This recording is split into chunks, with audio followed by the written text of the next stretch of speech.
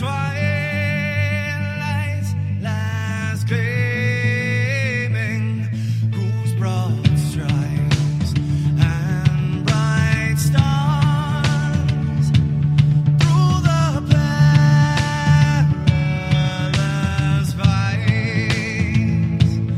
Oh, the ramparts we watched were so gallant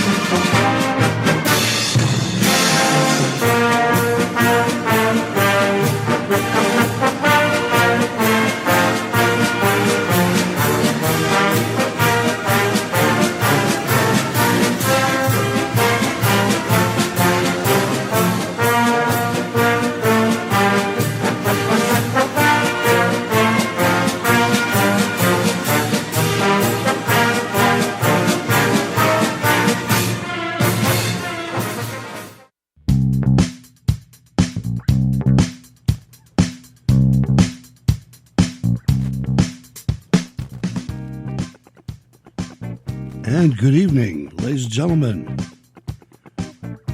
Welcome to Sunday Night Radio on Whbj Digital Talk.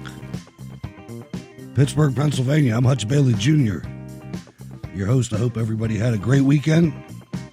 Hey, don't forget to support WRSPNmusic.bandcamp.com. Jacob Seals, right side soundtrack, funkin' good time. Go to freemusicarchive.org as well. MadisonRising.com. We've got some good supporters out there. So we got the usual lineup. We got A Radio and the Morning Moment, followed by a flashback of Steel City Resistance,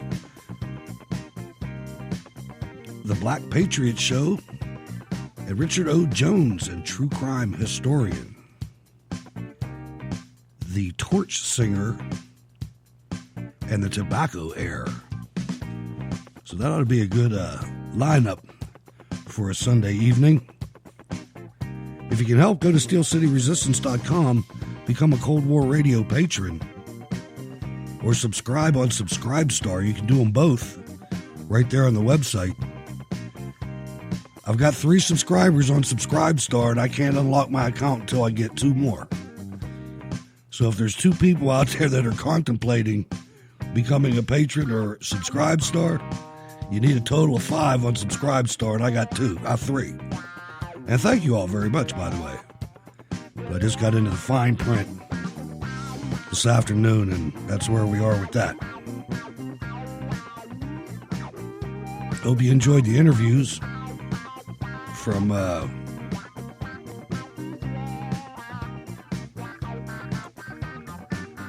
trying to think of what Road to Majority, Faith and Freedom Coalition. Drew a little blank there for a second. We've got at least one more interview for you on Monday when Ward Miller comes on Cold War Radio for the second time. Hopefully this time we have a little connectivity. It was a little harsh there in the mountains. We couldn't hear each other, and you couldn't hear anybody probably. Anyway, let's get into today's programming. And A Radio, the Morning Moment. Take it away, baby. You're listening to WHBJ, Digital Talk Radio and History from Pittsburgh, Pennsylvania.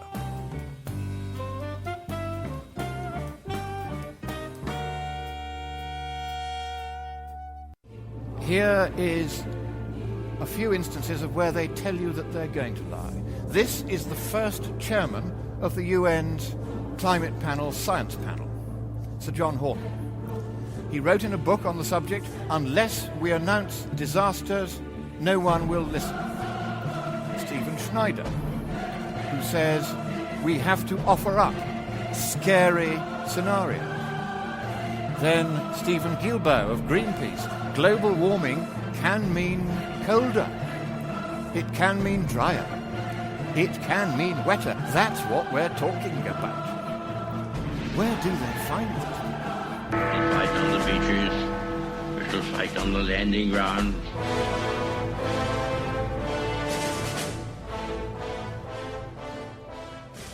Thank you for joining us. You are listening to A Radio, and this is the Morning Moment. We're on weekdays, 11:45 Eastern. Follow us on Spreaker.com and click on the like button. Now, this piece is from Maclean's and other places. I'm going to read this piece, and I want to be fair and open-minded. Unlike these folk, you will be able to read the piece, or pieces, when I post them online.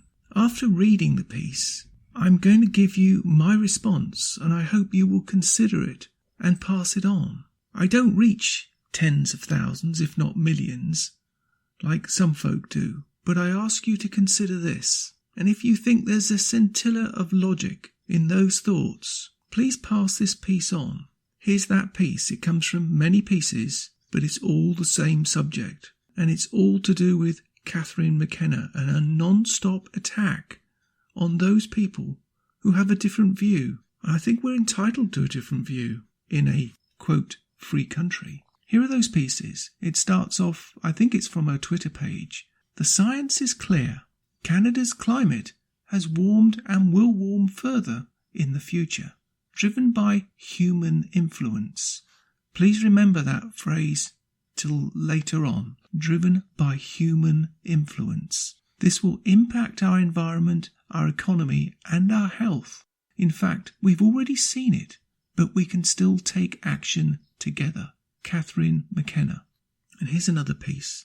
Back in the spring of 2016, when images of voracious forest fires menaced Fort McMurray, Alberta, where the dominating news reporters asked Prime Minister Justin Trudeau if climate change was to blame. Unofficial capital of Alberta's oil sands, Fort McMurray figures prominently in the bitter debate over fossil fuels and global warming. Notice they call it global warming this time, not climate change. So Trudeau responded carefully. It's well known that one of the consequences of climate change will be a greater prevalence of extreme weather events around the planet, he allowed, before quickly adding, pointing at any one incident and saying this is because of that is neither helpful nor entirely accurate. Trudeau drew criticism from some who thought he had missed a chance to highlight the heavy price humanity is already paying for making the planet hotter and drier. But his answer was pretty standard political dodge at the time. Even the Green Party leader Elizabeth May said no credible climate scientist would draw a neat cause and effect link between climate change and the Fort McMurray fire.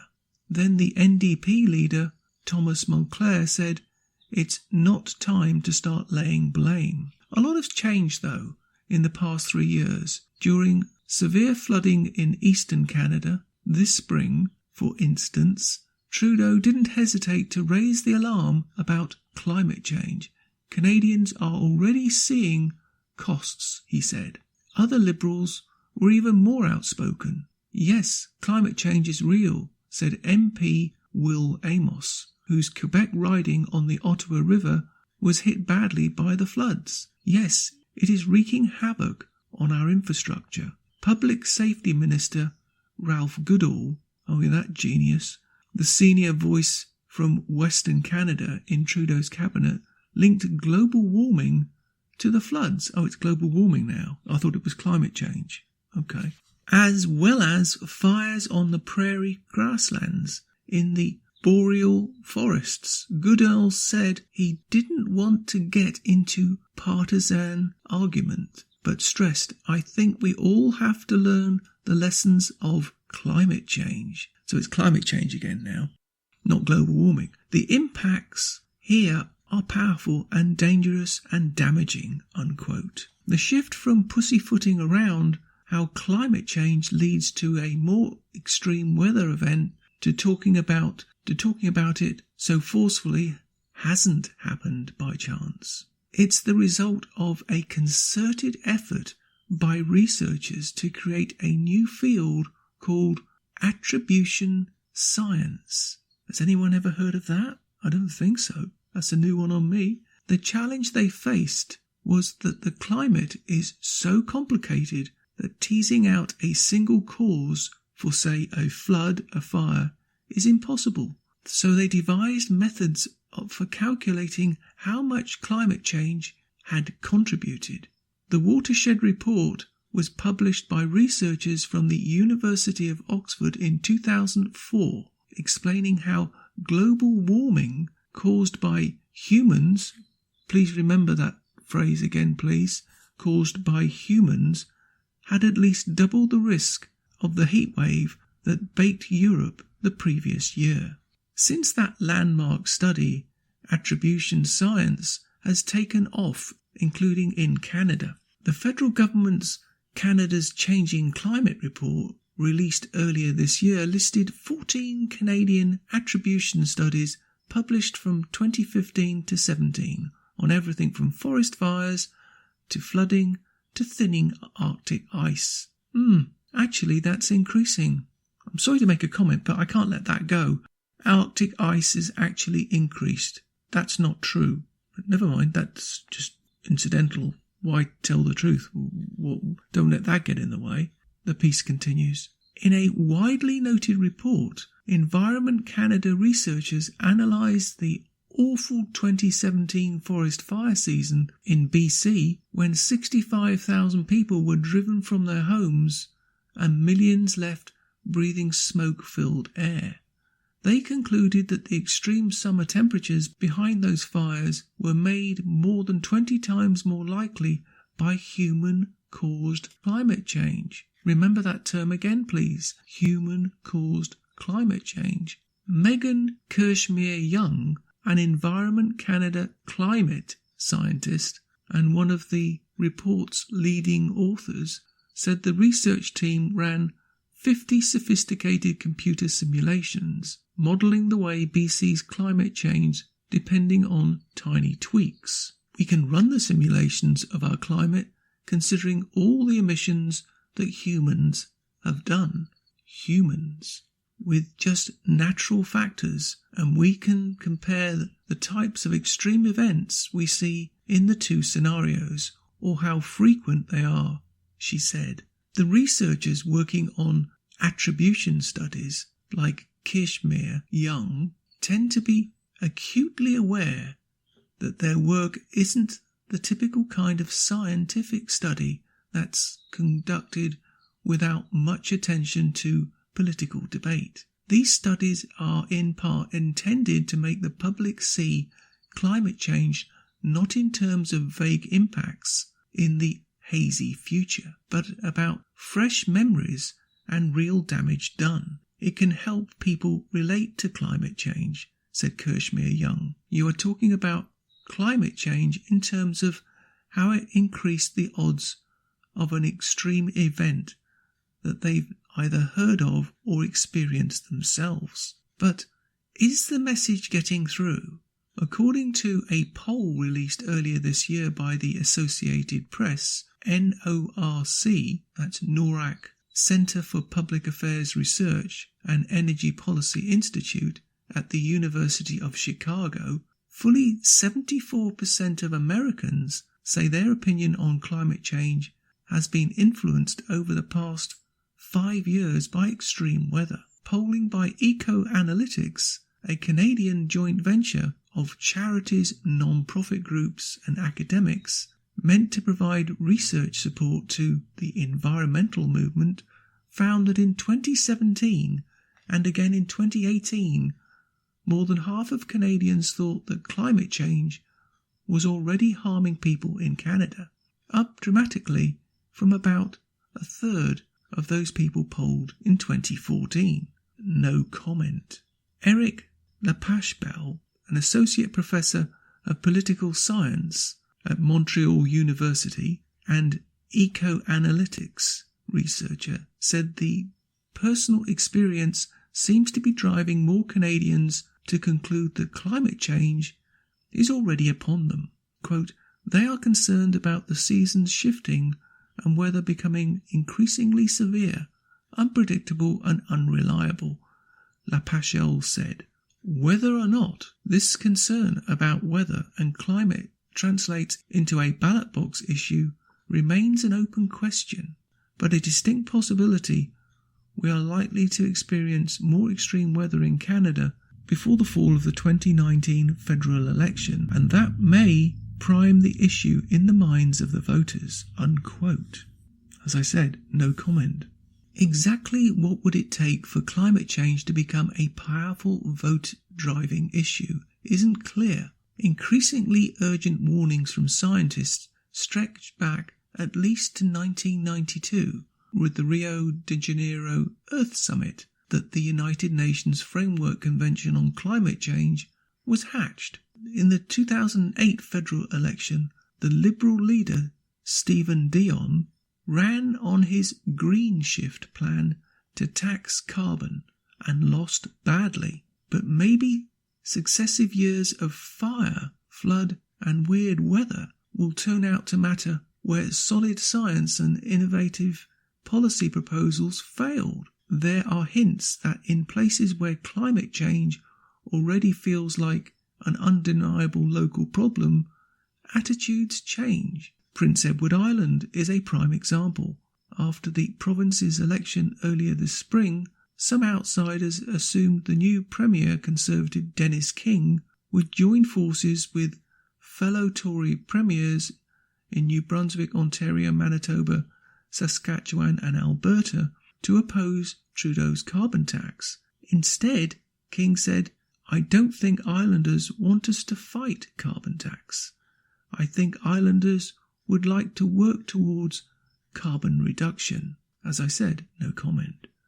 Adam Furnesh wasn't surprised that a climate researcher moved to Charlottetown from Toronto 7 years ago to head the University of Prince Edward Island's Climate Research Unit. What do all these universities cost us, I wonder? Anyway, quote, "People always ask me, what's the community like? Many climate change deniers," Furnesh said, "and always I say, well, I haven't met one yet." Okay, the article continues on like that. I think you get the gist. Here's my comment. Here's the problem as I see it. They don't want to listen to anything other than their view. It's strange but true. First, as I said just a little while ago, the ice pack in the Arctic and Antarctic is actually increasing, not decreasing. I would describe that as an inconvenient truth, indeed. Second, I've been living in this country, Canada, for near on 20 years, and I have to say this, and it won't be popular, whether you like it or not. Without exception, every year the weather's been different. Because that's what weather is, because that's what the climate is. It's never the same. Not from one year to the next has it been the same. Yeah, that's climate change. That's true climate change. But they don't want to admit that. For instance, the snow last winter actually came earlier than normal. Climate change, they would say.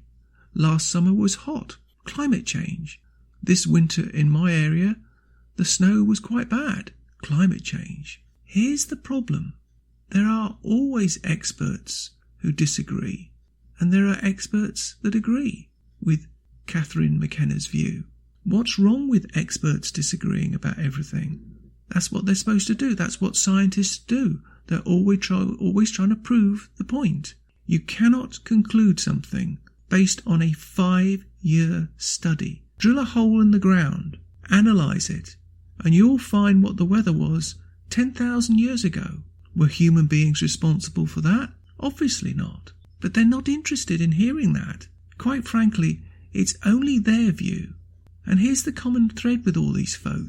It's always just a decade away from complete and utter disaster for us. Always just a decade away. We only have a decade to act. 10 years or less. Otherwise the world will change beyond our control. Well, there are many experts out there, for which they refuse to comment on, who say that we can't have any effect on the climate and the weather. Now that may or may not be true, but Canada is just a pinprick on the emissions that the world creates. Compared with the whole world, we're just infinitesimal. We don't matter. Now they either don't want to admit that or refuse to acknowledge it. China and India are by far the biggest polluters. And then look at the rest of the Far East. What about the nearly 100 years of Soviet rule and the pollution they created? There are cities, whole cities in the former Soviet Union that are uninhabitable because they are so polluted. Is that our fault? No. And here's another very important point that they always forget to mention. The sun. What do I mean by that? The sun affects our weather more than anything that we could do or could possibly try to do to influence the future. Our arrogance, quite frankly, to think that we could affect our planet's environment to anything like the extent that the sun has an effect is, quite frankly, ridiculous. I will give you an example. The increase in sunspot activity has been and continues to have enormous consequences on our planet. But to think we can do anything about that is absurd. To think that Whether you turn on a light, start a car, eat a vegetable, chop a tree, turn on an AC, build a road, buy clothes, etc., etc., etc., can have an effect to the extent that one solar flare can is ridiculous. It's idiotic. One solar flare could actually wipe out all human existence. We live with that threat all the time. What are we going to do? Leave the planet? The answer, quite frankly, is not a knee-jerk reaction to something that we don't want to admit is out of our control. No, they'd rather tell people that you are the problem. Well, if that's the case, I want to ask this question to our illustrious leader in Canada, Mr. Trudeau, who is forcing onto Canadians massive tax increases that will have a radical effect on their standard of living and their way of life. Let's get to the bottom line, because in the end of the day, I hate these cliches, but it's true. At the end of the day, what does it boil down to? Everything boils down to one thing: humans. So, if Mr. Trudeau really believes in climate change, which human beings are responsible for, not gerbils, rabbits, bears, chipmunks, rats, etc., human beings, why is it that he is insisting on increasing the population of our country by millions and millions and more carbon footprints, as they are fond of describing you and me as? If Mr. Trudeau and others truly believe that it is us as a species that is responsible for climate change, it doesn't make any sense, does it, that he and they would advocate a massive, and I mean massive, increase in the population of Canada. That can only lead to one outcome: more development, more green space being used, more roads, more consumption of natural resources for farming, more demand for more and more and more of everything. No, it doesn't make sense if your real goal is to reduce our effect on our climate from our little country of Canada. You would, wouldn't you, try to reduce our effect of this land, reduce our impact, reduce our carbon footprint? No, the only reason you would do the opposite is if you didn't think either any of this would make any difference, or you had a totally different agenda. The real question is, are Canadians, and for that matter North Americans as a whole, bright enough to see through the thin veil of hypocrisy to the real truth? That's the question, isn't it? What could be so important that you would upend your total way of life, yet contradict it all in the same sentence? To force on a society such a radical lifestyle change for the good of the planet while demanding that we allow massive influxes of migrants that would adversely affect all that we are trying to do to allegedly fix it seems illogical. Now, something really doesn't add up, and we can only hope enough of you out there wake up before this, quote, transformation is complete. You can find more at aradio.wordpress.com, where you can find links to us on Twitter, Facebook, Instagram, iTunes, iHeartRadio, Gab, and email. We are also on Spotify. Just go to the podcast section and type Canadian Politics with a twist, and you'll find us. We are continuing to reach out to you, so please pass on the links. Please click on the follow button on Spreaker.com. You can listen to all our morning moments at Spreaker.com under A Radio. That's EHRADIO, A Radio. And please click on the like button. And you can now hear a weekend review of our podcasts on Whbj-Db, News Talk Radio. Join us and many others, and you can find all our podcasts and morning moments at aradio.wordpress.com. Click on the Morning Moments tab.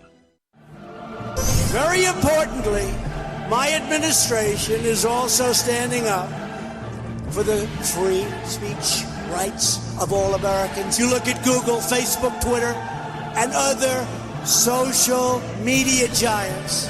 And I've made it clear that we as a country cannot tolerate political censorship, blacklisting, and rigged search results. We shall fight on the beaches. We shall fight on the landing ground.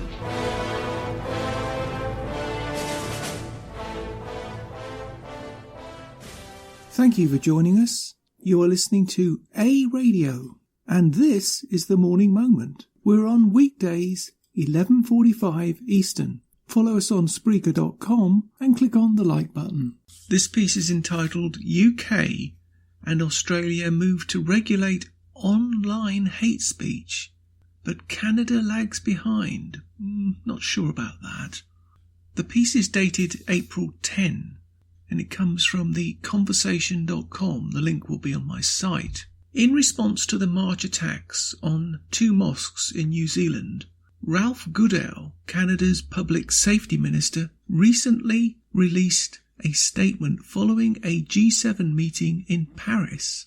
Goodale urged social media platforms to redouble their efforts to combat social harms relating to violent extremist content, while the Australian government rapidly introduced deeply flawed legislation to address the online distribution of violent content. The Canadian government issued only a weak plea for the industry to redouble its efforts.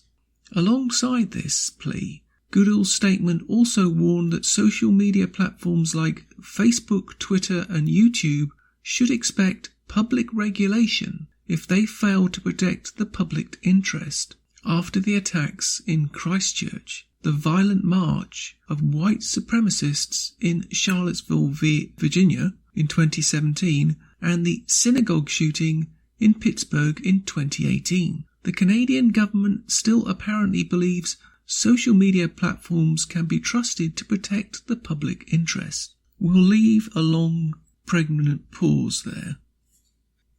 Piece continues. As my co-author, Blaine Haggart, and I have noted elsewhere, pressuring platforms to respond rapidly but without accountability to social problems, while also allowing platforms to interpret the rules themselves, is, quote, the worst of both worlds, unquote, approach to social media regulation. Outsourcing regulation.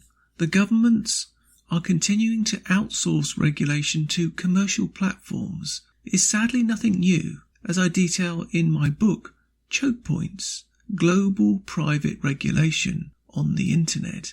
Government reliance on platforms to act as regulators is not confined to social media. Here, quote, choke points, unquote, refers to the regulatory capacity of large platforms can act as gatekeepers, controlling online flows of information and monitoring users' behaviour. Think about that, ladies and gentlemen. Monitoring your user behaviour. Do you really want that? I certainly don't. For instance, the dominant online payment providers, particularly Visa, MasterCard and PayPal, act as a financial checkpoint, a financial choke point, determining with little oversight or transparency who gets access to financial services. Given the concentration in the online payment industry, once an organisation loses access to a major payment provider, it can be difficult to secure a viable commercial alternative. After the Pittsburgh shooting, for example, PayPal removed its services from the what they call right-wing social media platform Gab, on which the man charged in the shooting had posted anti-Semitic messages just prior to the attack.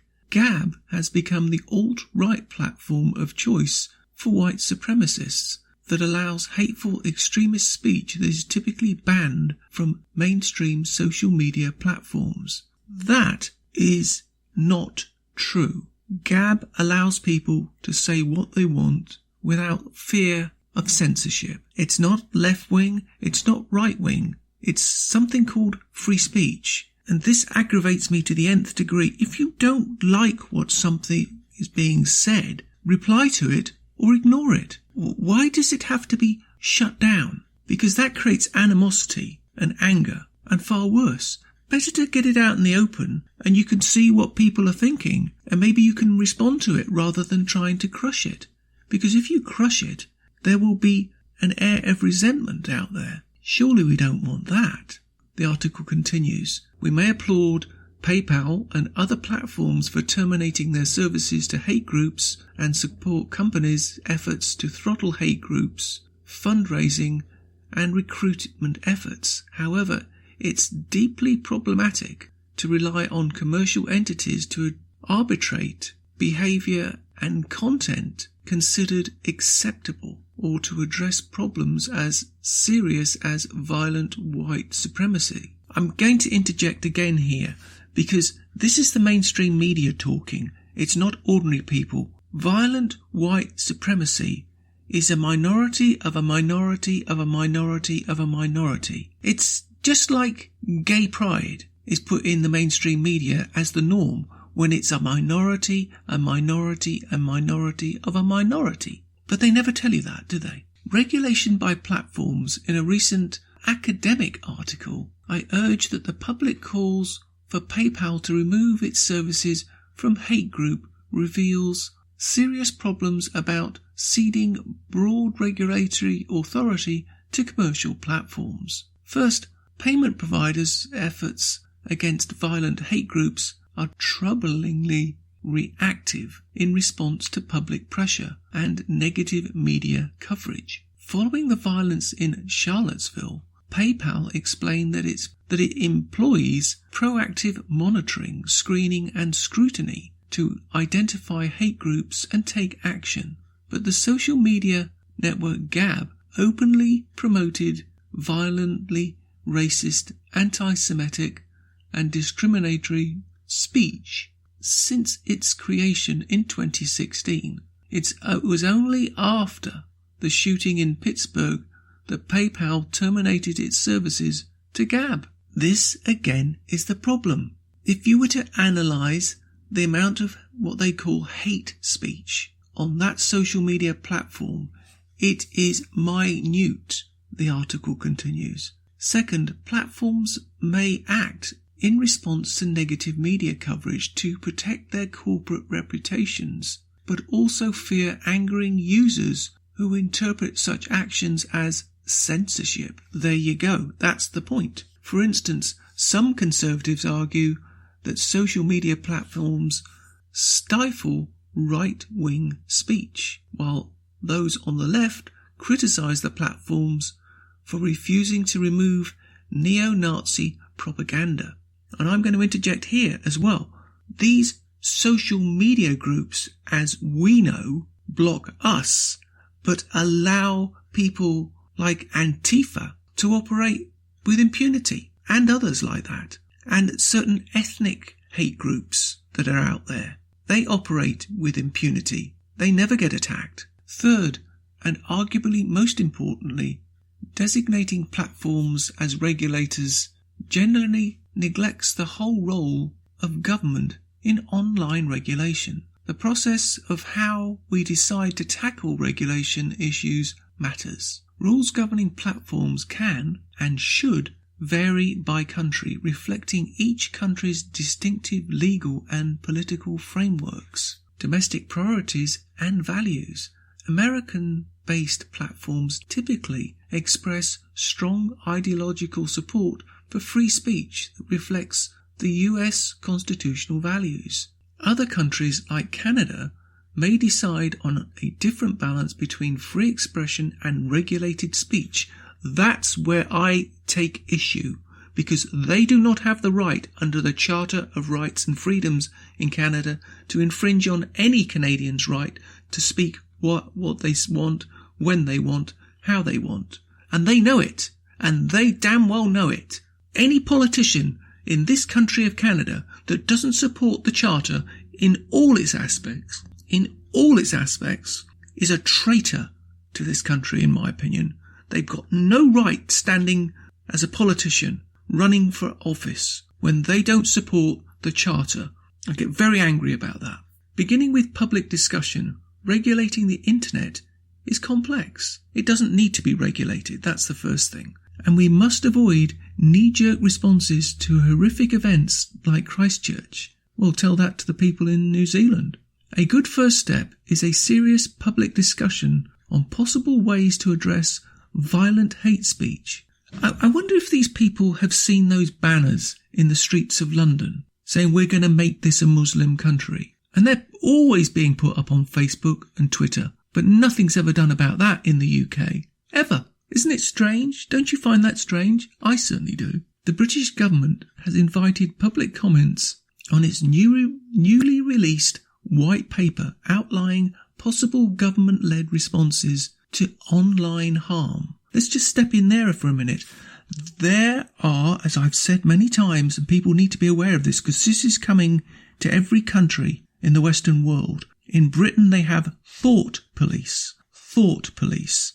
I'm serious. There are groups of police in every jurisdiction in Britain, in every county that has a police force. And they're sitting there, banks of computers, one assumes, monitoring the likes of you and me and deciding whether what you post on Twitter, Facebook, or whatever social media platform you use is appropriate or inappropriate.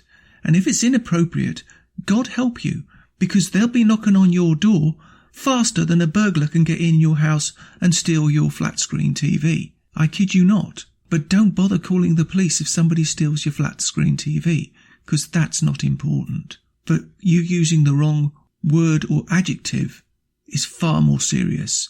This is the state that we have come to in the nanny state, the politically correct nanny state. It's basically 1984. It really is George Orwell's 1984 coming to pass. They're controlling what you can eat, they're controlling what you can drive, and they're controlling what you can say. Have a guess what's next?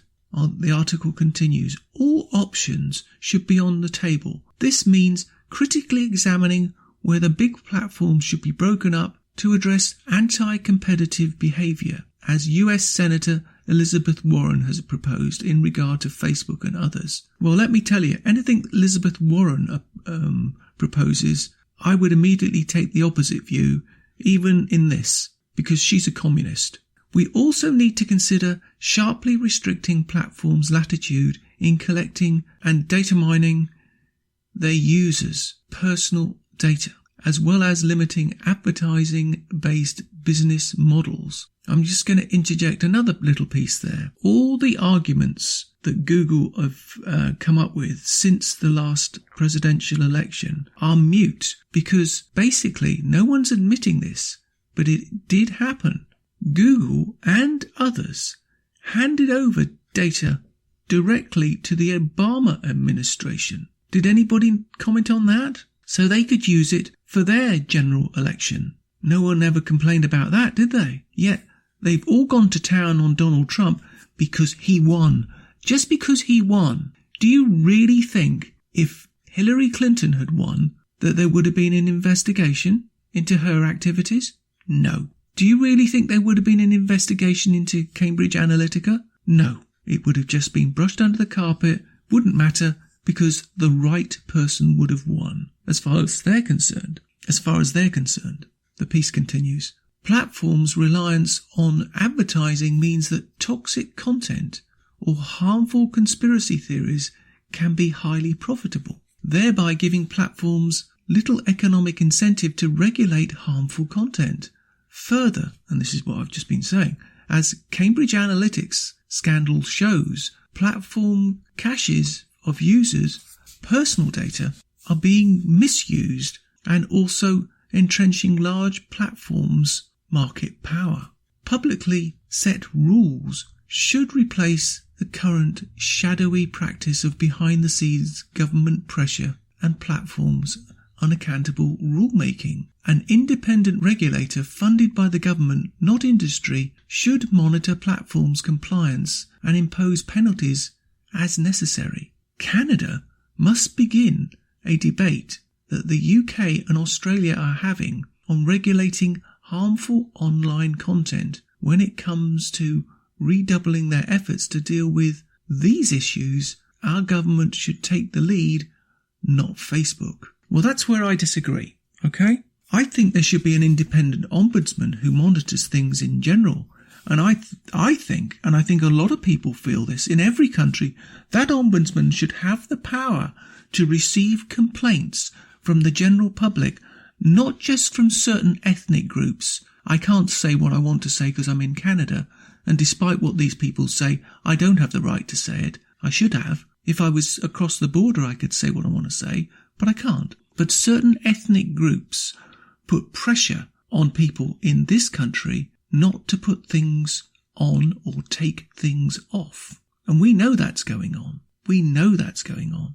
And in the public sector, protests by one group are allowed and protests by another group are not allowed.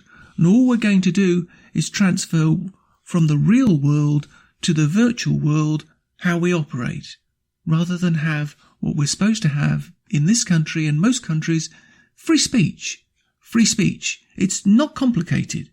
It's not complicated. Every time what they call right-wing people go out and protest on the streets, they're arrested or worse, attacked. Why is that? Because they believe in their views and you believe in your views. What's wrong with that? At the end of the day, if we're a democratic country, we're controlled by the voters in an election, not by somebody behind a glass screen. Isn't it time that we took control of what we could say, not them? Who are they? Are we going to allow this to continue to go down the George Orwell route, or are we going to stop it? Are we going to nip it in the bud? No one has the right to tell you what you can and cannot say. No one. And if you think they do, then perhaps you're living in the wrong country. And I really mean that, sincerely. If people in Quebec don't like what people say in Ontario, tough. Maybe they're right and you're wrong. Or maybe you're wrong and they're right. Who knows? That's not the point. You should have the right to say something about a different area and a different person. Too bad. And if the majority wins, they win. If they don't, they don't. But nobody should be putting their fingers on the scale. Google at the moment are putting their fingers on the scale. They're trying to force Conservatives out of office by denying their right to be heard. And they're not the only social media platform. Look at your Facebook page, look at your Twitter page, and see how complicated it is now. I've said this the other day. This is a non-stop attack up till October this year in Canada and November 2020 in the United States. And it's certainly a non-stop attack, period, in the UK. We cannot drop our guard, and we cannot compromise. There's no compromise on free speech. There's no compromise on free speech. I forgot to say that all the links obviously will be on my site. I'm sorry to ramble on a bit, but I think this is an important subject. I really do. Censorship is the thin end of the wedge. If you don't have free speech, you don't have freedom. And if you don't have freedom, you don't have democracy. You can find more at aradio.wordpress.com, where you can find links to us on Twitter, Facebook, Instagram, iTunes, iHeartRadio, Gab, and email. We are also on Spotify. Just go to the podcast section and type Canadian Politics with a twist, and you'll find us. We are continuing to reach out to you, so please pass on the links. Please click on the follow button on Spreaker.com. You can listen to all our morning moments at Spreaker.com under A Radio. That's EHRADIO, A Radio. And please click on the like button. And you can now hear a weekend review of our podcasts on Whbj-Db, News Talk Radio. Join us and many others. And you can find all our podcasts and morning moments at aradio.wordpress.com. Click on the Morning Moments tab.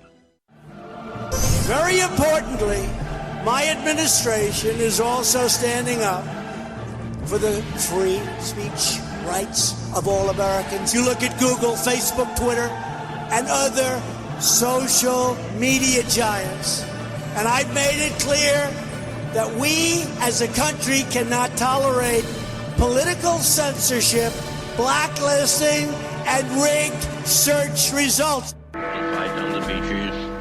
We shall fight on the landing grounds.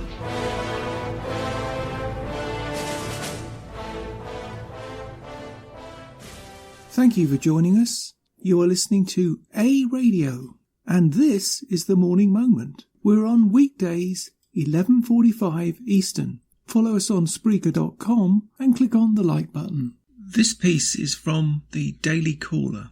It caught my eye because it's about Google, but it might as well be about any organisation in social media, maybe even mainstream media. The links, as always, will be on my site. Google does manipulate its search results manually, contrary to the company's official denials. Documents obtained exclusively by the Daily Caller indicate two official policies dubbed misrepresentation policy and good neighbour policy inform the company's XPA News blacklist, which is maintained by Google's Trust and Safety Team. TNS will be in charge of updating the blacklist as and when there is a demand. This is actually from the document.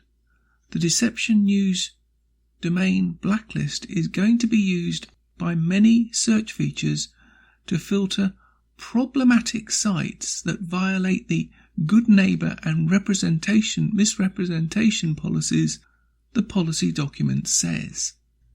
That document reads that it was, quote, approved by Gomes at NIVAC and higher. That's 3 hyperlinks, I'm assuming, to emails. Ben Gomes is Google's head of search, who reports directly to the CEO, Sundar Pichai.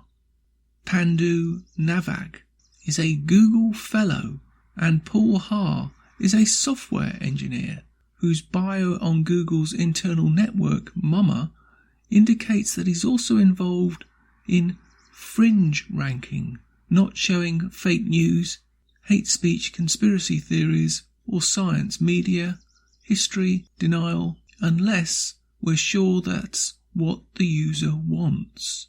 The purpose of the blacklist will be to bar sites from surfacing in any search feature or news product. It will not cause a demotion in the organic search results or de-index them altogether, reads the policy document obtained by the caller.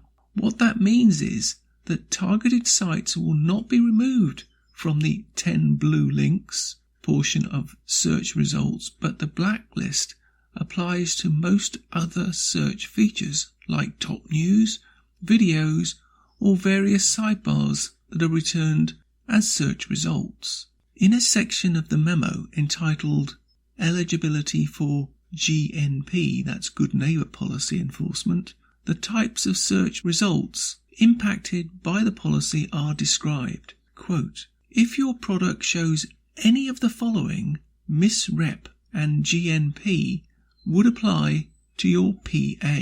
And there's 3 bullet points. First bullet point shows content from users and news publishers perceived 3P voice, XUGC, news corpus, etc.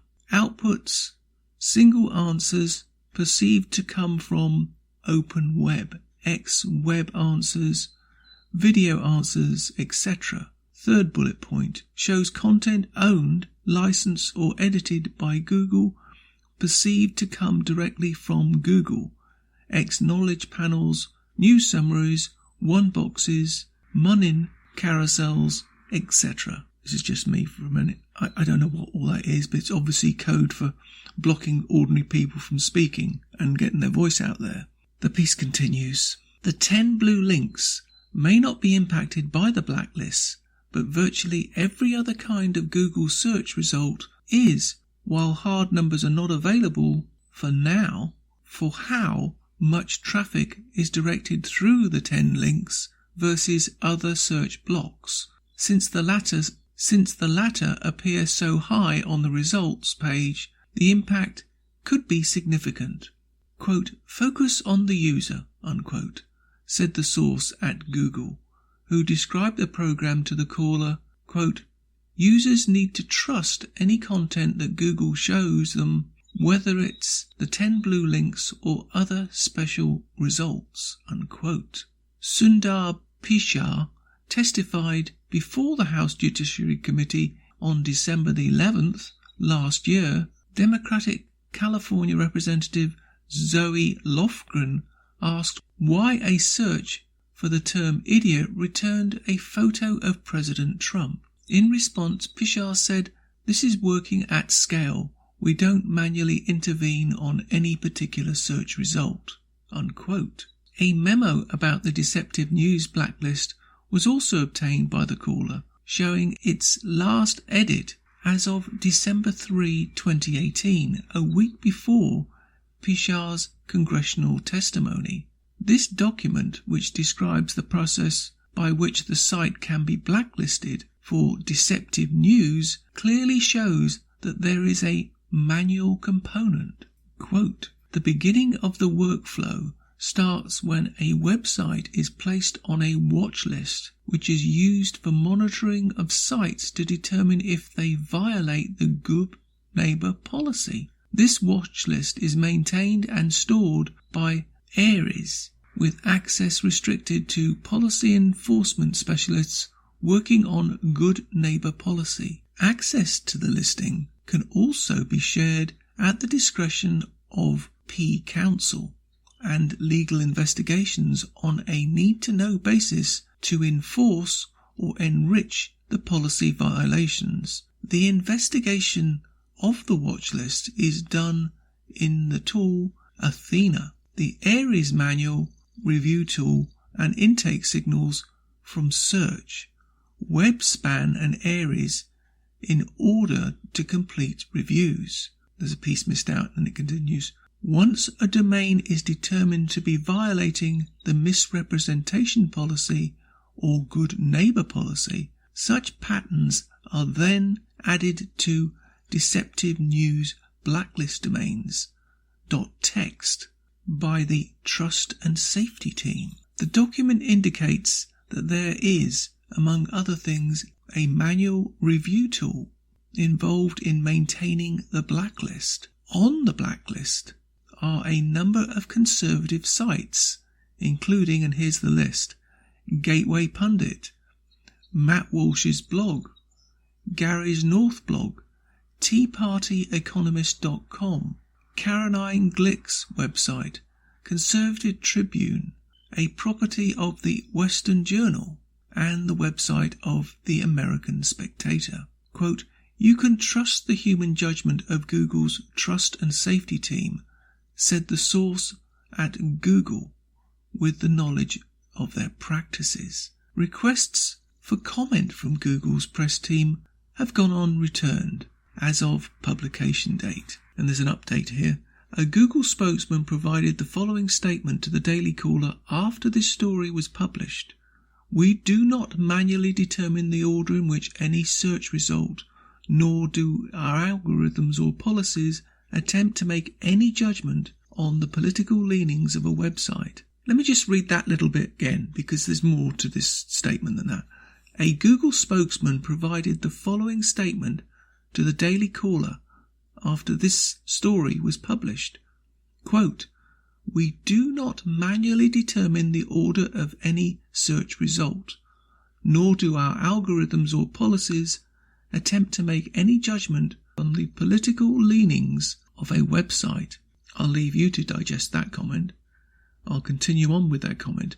Our Google News inclusion policies are publicly available online.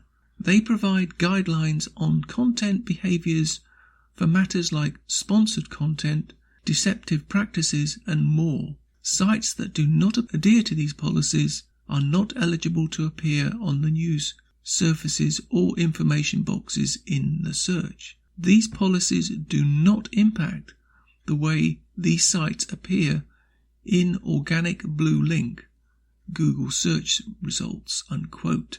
Well, got a contradiction in that statement, haven't we? As I say, this piece and the links will be on my site. Please read it. It'll probably make more sense when you read it. Now, this is my thought. I think it's way past time to even the playing field in what they call social media, what I call propaganda. Because let's be honest here, if you're only going to allow one point of view, the one that you agree with, how can you call yourself, in all honesty, something as innocuous as social media? Well, that's easy to answer, isn't it? Because if you think about it, you couldn't really call it what it is. How about something like, this is one-sided commentary or one-sided opinion? Because that would expose what they're really doing. No, it's way past time that the Microsofts and Apples of the social media are brought to heel. They attack the one and only news channel that tells an alternative view to their non-stop propaganda. And even that's falling down these days. It's not the news channel it used to be by any manner of means. You've really got to pick your way through that. It's sad, but it's true. So why shouldn't we have the same in the world of social media? What are they so afraid of that their views can only be the views that can be heard or seen? If they are so confident that their approach to democracy is the correct one, it should be able to stand up to public scrutiny, shouldn't it? No, I think they prefer the Berkeley view, that of free speech, yes, but only our free speech, not yours. Finally, I speak for myself, living in a country that claims it has free speech. This Canada Day, which you probably don't even know about in the States, which is July 1st, Canadians will be celebrating the idea of Canada, singing the national anthem. In it, there are these lines: God keep our land glorious and free. O Canada, we stand on guard for thee. O Canada, we stand on guard for thee. I think this year, more than ever, Canadians may well be questioning those words when a government has passed laws which are both unconstitutional and clearly against our charter. Canadians are clearly not free when a government is planning to silence social media views that they don't like. Finally, I give you this little thought. Who the blank do Google think they are? What gives them the right? What gives them the right to decide what you will or will not see? Who the heck do they think they are? Goebbels?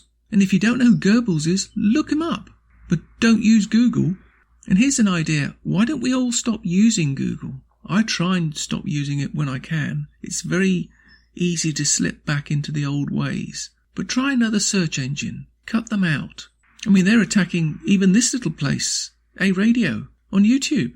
What difference does a little channel like me make? What are they scared of? Just one little chink in the armour will let the truth seep through. And isn't that the point? In my country, they're trying to shut down free speech, and they won't succeed. It's like holding a handful of sand in your hand and squeezing it. You'll never keep it in. Some of it will always seep out. The truth will always seep out. Doesn't matter how hard you try and keep it secret. We have a corrupt government in Canada. You have a corrupt government in the United States. It's just the nature of things itself. Money corrupts absolutely. And that's why you should be proud of a president who was self-funding. And that's why they hate him. And that's why this media, beyond all other medias, is spending every waking hour, minute, second to try and bring him down. Now, they're doing the same in Canada. They're doing it in every other Western country. They don't want conservative views to be heard because they make sense.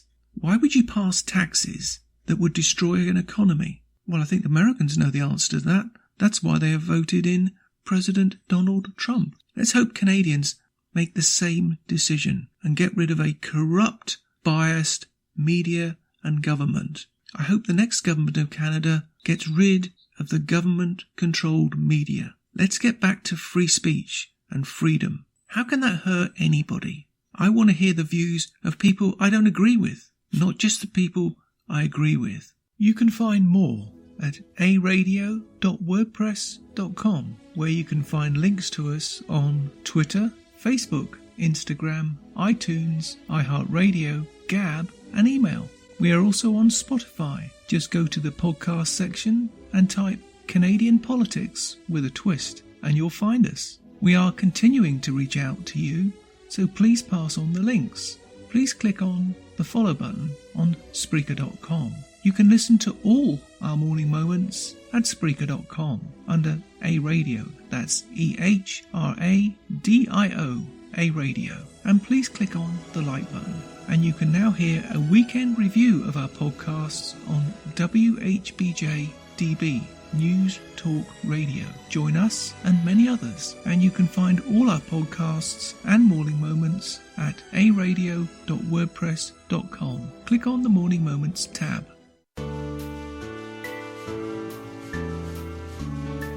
You're listening to WHBJ Digital Talk from the 412. All right, thank you, A Radio, the morning moment on WHBJ Digital Talk. I'm Hutch Bailey Jr. Hope everybody's enjoying. Yes, I hope you're enjoying. Hope everybody is enjoying the broadcast. We're going to take a flashback back to January of 2012 with Ward Miller and I, Steel City Resistance. I looked at the show notes. They're available at steelcityresistance.com. This is episode 53, SCR 53. Some of those links are interesting. Some of them might be dead. It's been a long time. But without further ado, Steel City Resistance, January 2012 on WHBJ. I thought we were the protectors of truth. Democrats, Republicans, you all lie. We, a small band of survivors, are on our way to the Steel City to find the resistance. Join us. Welcome to the Steel City Resistance with Senior Airman Ward Miller and the ironclad voice of Pittsburgh, Hutch Jr., laying down verbal C4 to blow away the lies and the political tomfoolery. Your papers have been cleared. Welcome to the Steel City Resistance.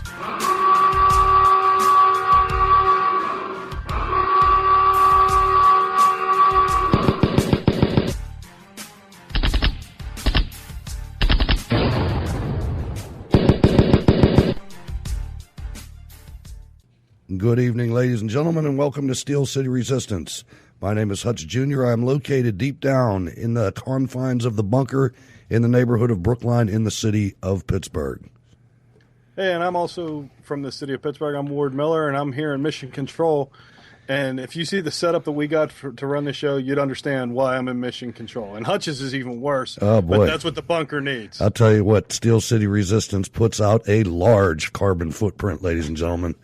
I want one of them computers that starts with gas. You see no commercials? Yeah. I like the electric cars because they're coal-fired.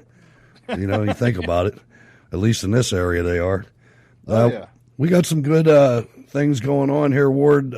This week, maybe Monday or Tuesday, depending on the web traffic, steelcityresistance.blogspot.com will log its 15,000th visitor.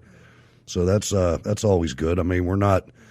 That's outstanding. Yeah. Seeing as we've been at this just a little over a year, 15,000 is a lot. Yeah, especially for two guys who just decided to do this. Yeah, on a whim, really. I mean, we got tired of the media, and we just decided to rock and roll. Now, the countries, I think we've hit most of the countries because we've been sitting at 42 countries represented since December 7th. So I don't know what's going on with that, but I can understand it. You can only go up, so there's only so many countries. I mean, what are you going to do, you know? Yeah, and the thing is, too, I mean, we're kind of targeted. We do a lot, most of our stuff is U.S. politics. So, I mean, other than soldiers and whatnot that are in foreign lands, I really don't see the need for, somebody from Jalalabad who's just parked their camel to listen to us. Right. So. Lately, there's been a lot of, this was a really powerful week when it comes to politics, Republican GOP primary politics.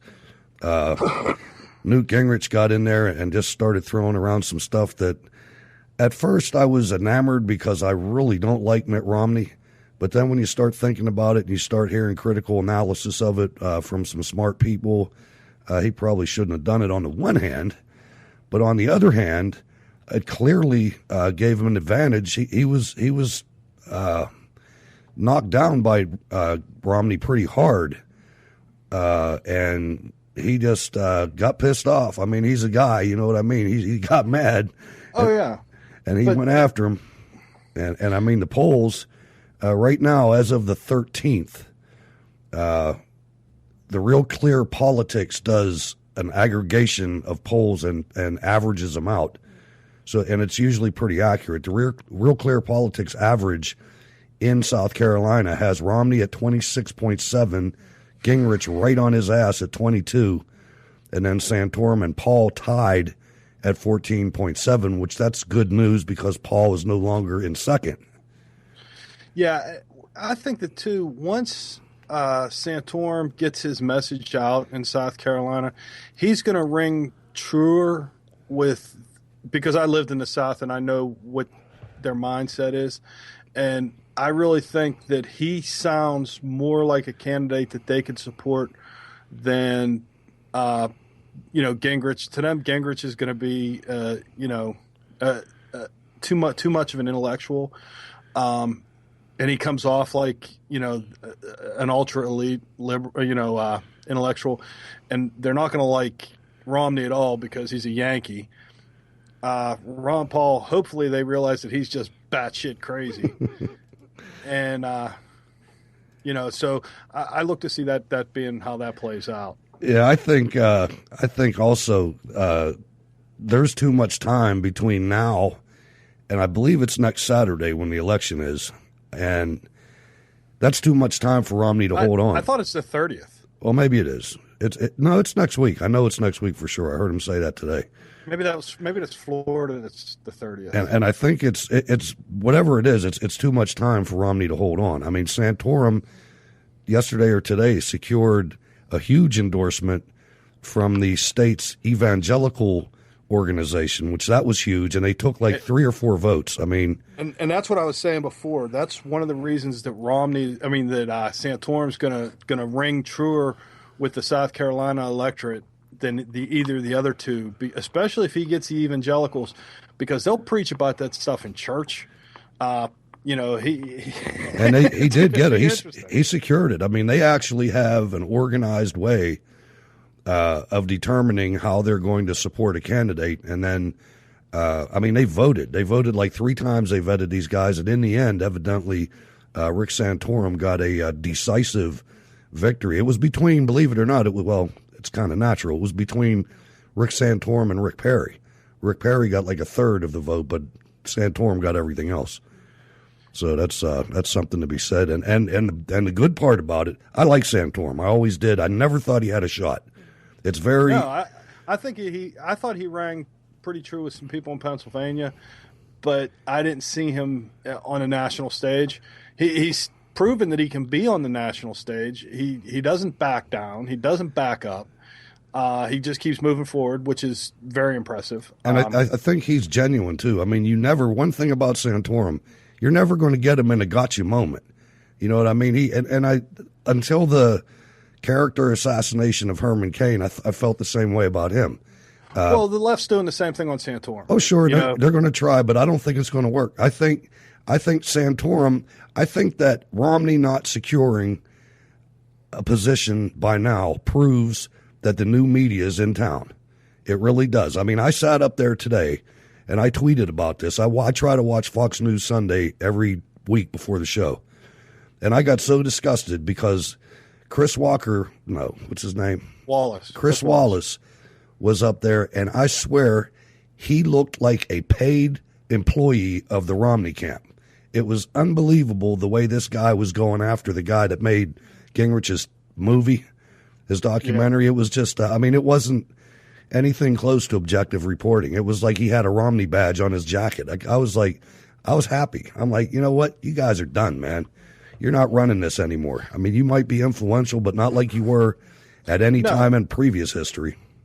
No, and, to be honest with you, Obama proved that you can use the internet to influence a race. I mean, that's what he did. He was the first president to enlist social media and whatnot, and this goes back to I'll call a pig. He did an outstanding job using social media to advance his campaign, and nobody else did that. And now they're realizing that you really need social media. You need the people on the internet, because most of the people that are on the internet are either but let me rephrase that.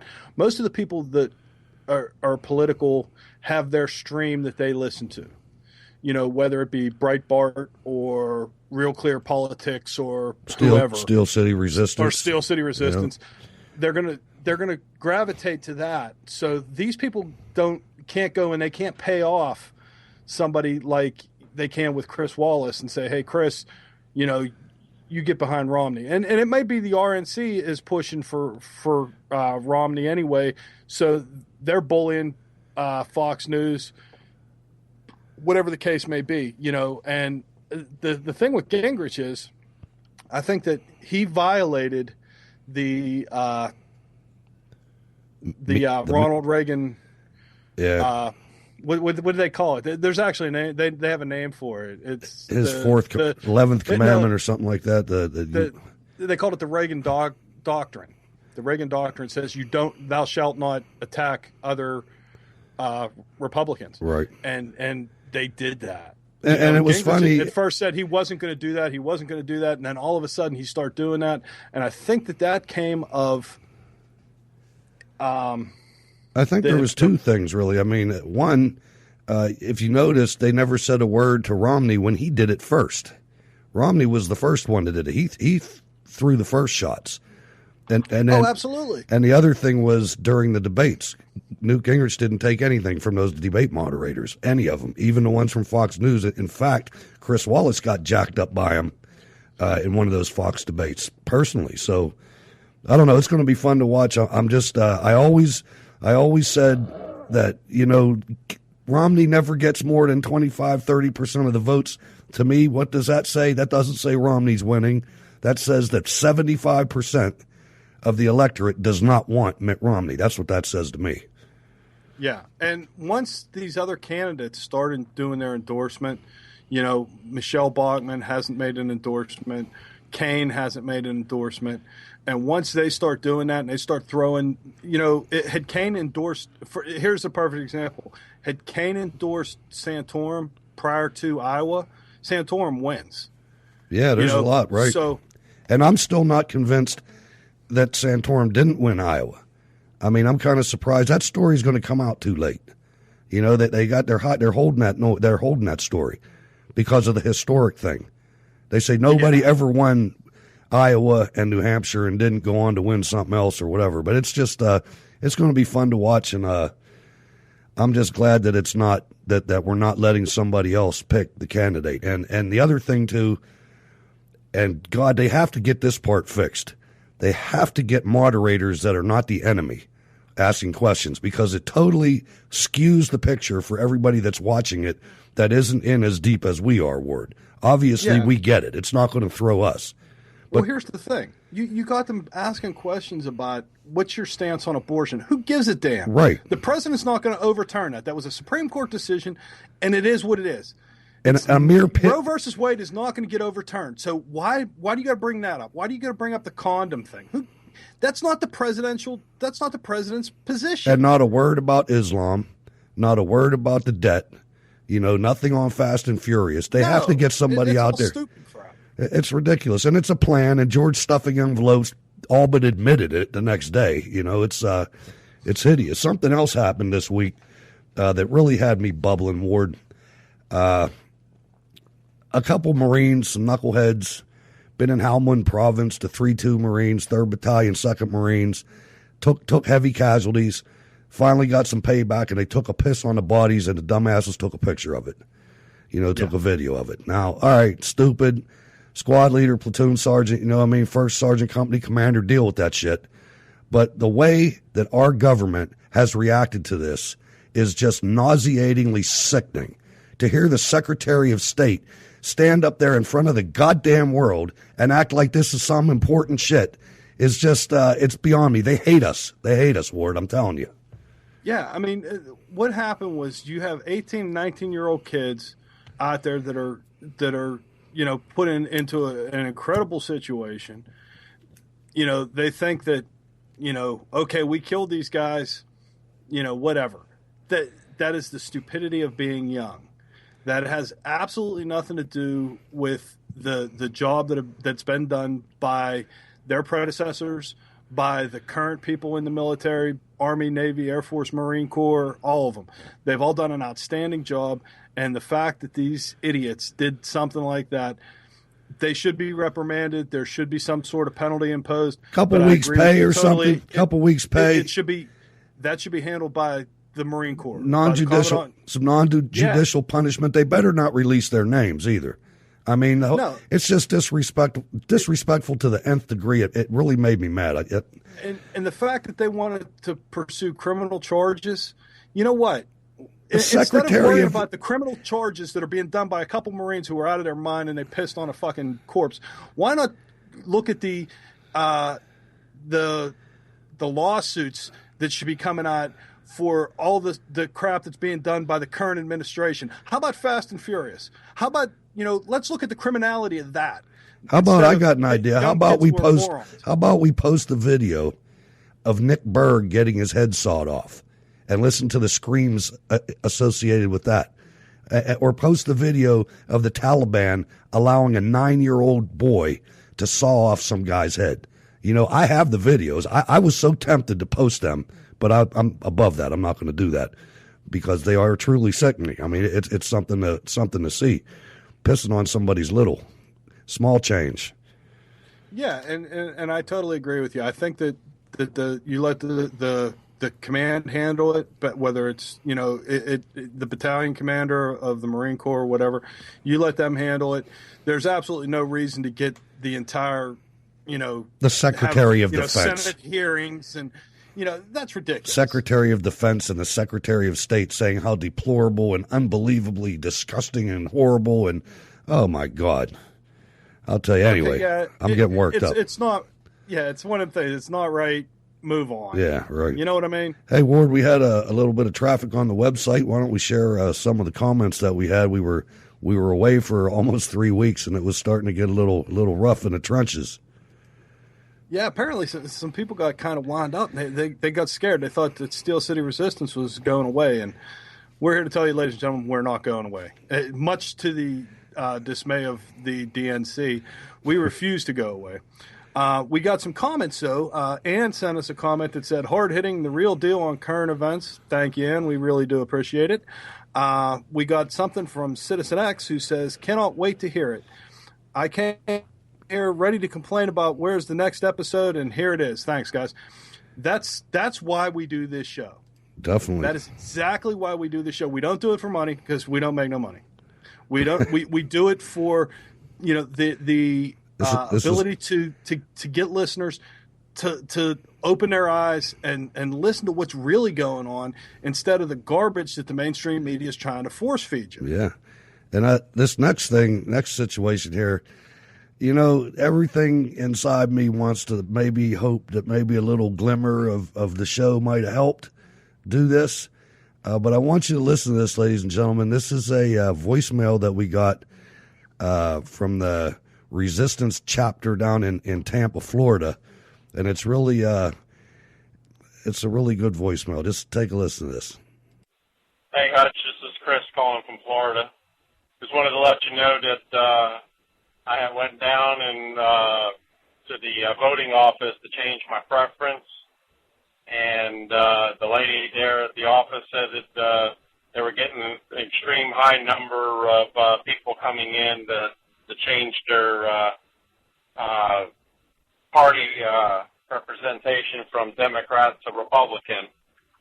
So that for my county that I'm in, she said she had an extremely high number of changes over.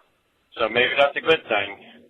We get enough people to change and vote the right way. Maybe we get rid of this person out of the office that can't do a damn thing right, besides get us in debt and owe more to China.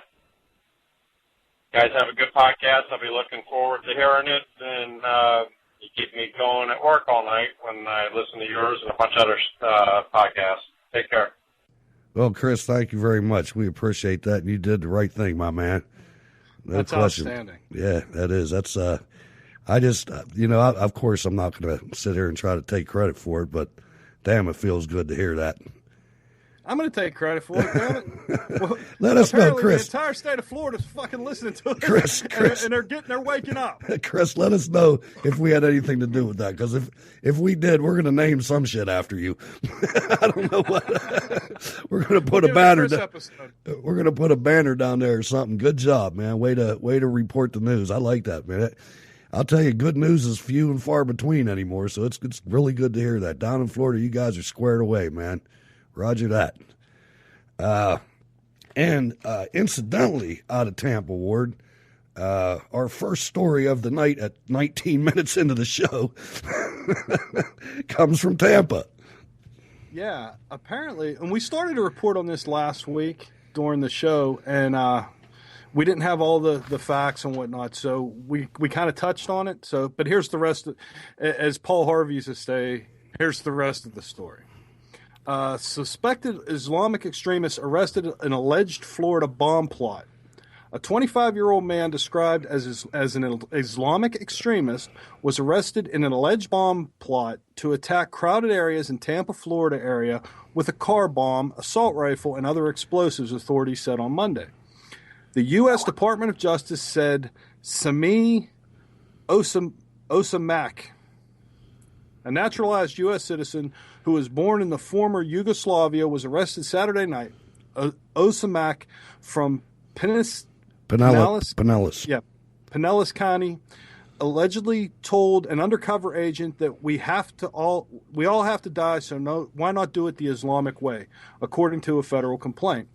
FBI agents arrested Osamak on Saturday after he allegedly bought explosives and firearms from the undercover agent. The firearms and explosives were rendered inoperable by law enforcement. The federal complaint says that shortly before his arrest, Osamak made a video of himself explaining his motives for carrying out the planned attack. He said he has been charged on one count of attempt to use a weapon of mass destruction. His first appearance in federal court is scheduled for Monday at 2 p.m. Eastern Time. Nice. Sources close to the investigation told Fox News that Osamak was being closely monitored by law enforcement for months in what authorities have described as a sting operation. Now, what scares the hell out of me is their sting operations, as in Fast and Furious, go so well. I'm kind of shocked. You got to be worried. On December 21st. I'm sorry about that. On December 21st, Osmakak met with the undercover agent and allegedly told the agent that he wanted to buy an AK-47 style machine gun, Uzi submachine guns, high-capacity magazines, grenades, and explosive belt. I didn't know that you could buy an explosive belt, but anyway, so that's pretty shady. I mean, this guy is a loose cannon. During a later meeting, Osamak gave the agent a $500 down payment for the items. According to the complaint, Osamak also asked the undercover employee whether he or she could build bombs that could be placed in 3 different vehicles and detonated remotely near where Osamak would conduct a follow-up attack using the other weapons he requested. So, these guys, the thing about these guys is there's more and more. We're going to cover this a little bit later. Some more homegrown terrorists that are showing up. I mean, these guys are living in your neighborhoods, and we're just going to pretend like they're not there and that these mosques aren't what they really are. I mean, I think we're to the point where I've said it before, and it's I don't know, it's not very popular with the political class, but we have to have a conversation about this. I mean, this is getting out of hand. We have to speak the truth to this, and we're not. I mean, there's very, very few people that speak the truth to what's going on here, and I fear that it's going to take another 9/11 sized event to get some of these people's heads out of their asses. I mean, it's just I I don't know. The AP reports Americans rise in rank inside al-Qaeda-linked Somalia jihadi group. From Nairobi, Kenya, the October al-Qaeda video shows a light-skinned man handing out food to families displaced by famine in Somalia. But the masked man is not a Somali or even an African. He's a Wisconsin native who grew up in San Diego. A handful of young Muslims from the U.S. are taking high-visibility propaganda and operational roles inside an al-Qaeda-linked insurgents force in Somalia known as Al-Shabaab. While most are from Minnesota, which is the largest. See, now this is another thing. We know where they are. I have to hope that the federal government and the state government of Minnesota, law enforcement, is watching these people. The same way with Dearborn, Michigan, the same way with Patterson, New Jersey. They congregate in the same places, and we need to really be diligent. I mean, while most are from Minnesota, which has the largest Somali population in the nation, Al-Shabaab members include a Californian and an Alabaman with no ancestral ties to Somalia.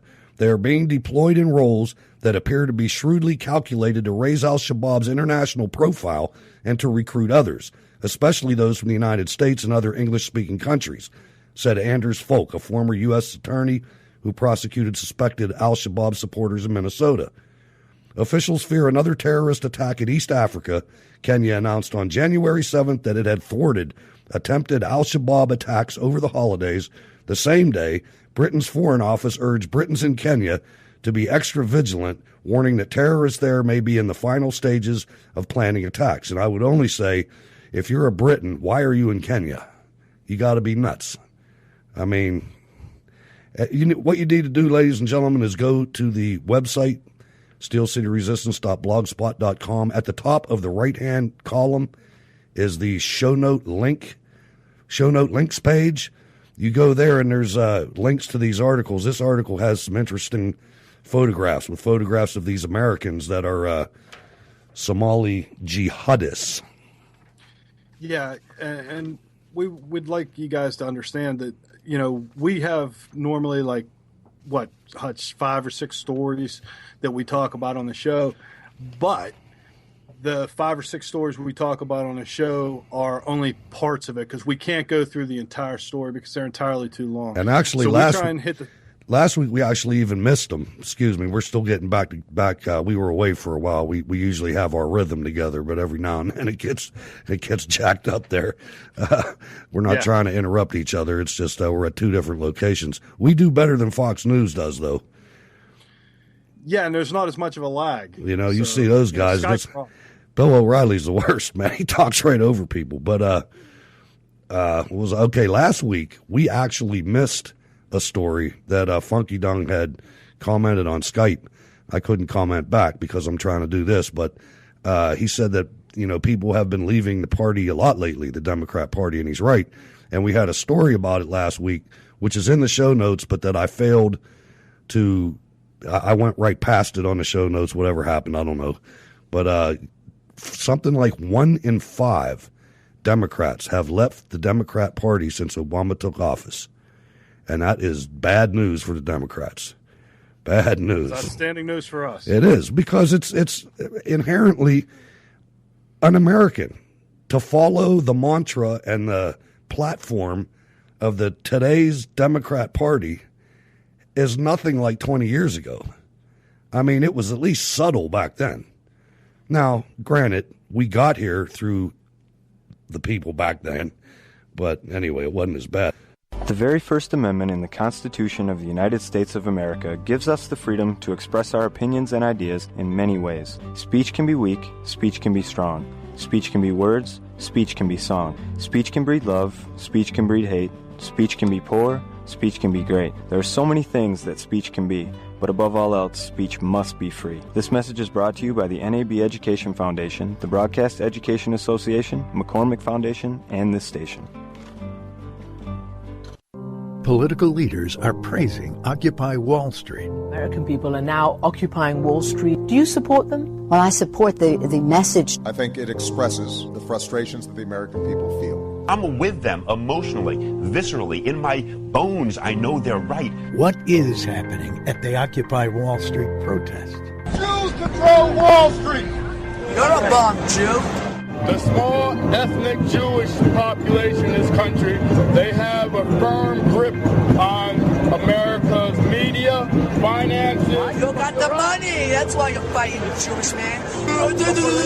You can't even speak English. Are you Israeli? Go back to Israel. Why are our leaders turning a blind eye to anti-Semitic, anti-Israel attacks? Tell President Obama and Leader Pelosi to stand up to the mob. Hate is not an American value. When a call for a medic went out, Alan left a covered position to render aid. That was when he was hit. The bullet struck him on the right side between his body armor. Say a prayer for peace. Alan was one of the first wounded warriors to come out of Iraq in 2003. I'm Trace Atkins, and I want to tell you about Wounded Warrior Project and how they helped this brave young man and his family. The job of helping wounded warriors rebuild their lives is massive and growing every day. Your gift of just $19 a month will help wounded warriors like Alan who refuse to give up. I'm in the fields of Vietnam, the mountains of Afghanistan. All I can really say thank you for giving me something to achieve. Say a prayer for peace. This podcast is proud to be a part of the Blueberry Network. Find freshly picked podcasts just for you at blueberry.com. That's blueberry, no ease.com. A wild thing happened on the way to a market. An Iranian nuclear scientist was driving along, and somebody came up in a motorcycle, Ward. Yeah, and apparently they planted a magnetic bomb on the car and killed his ass.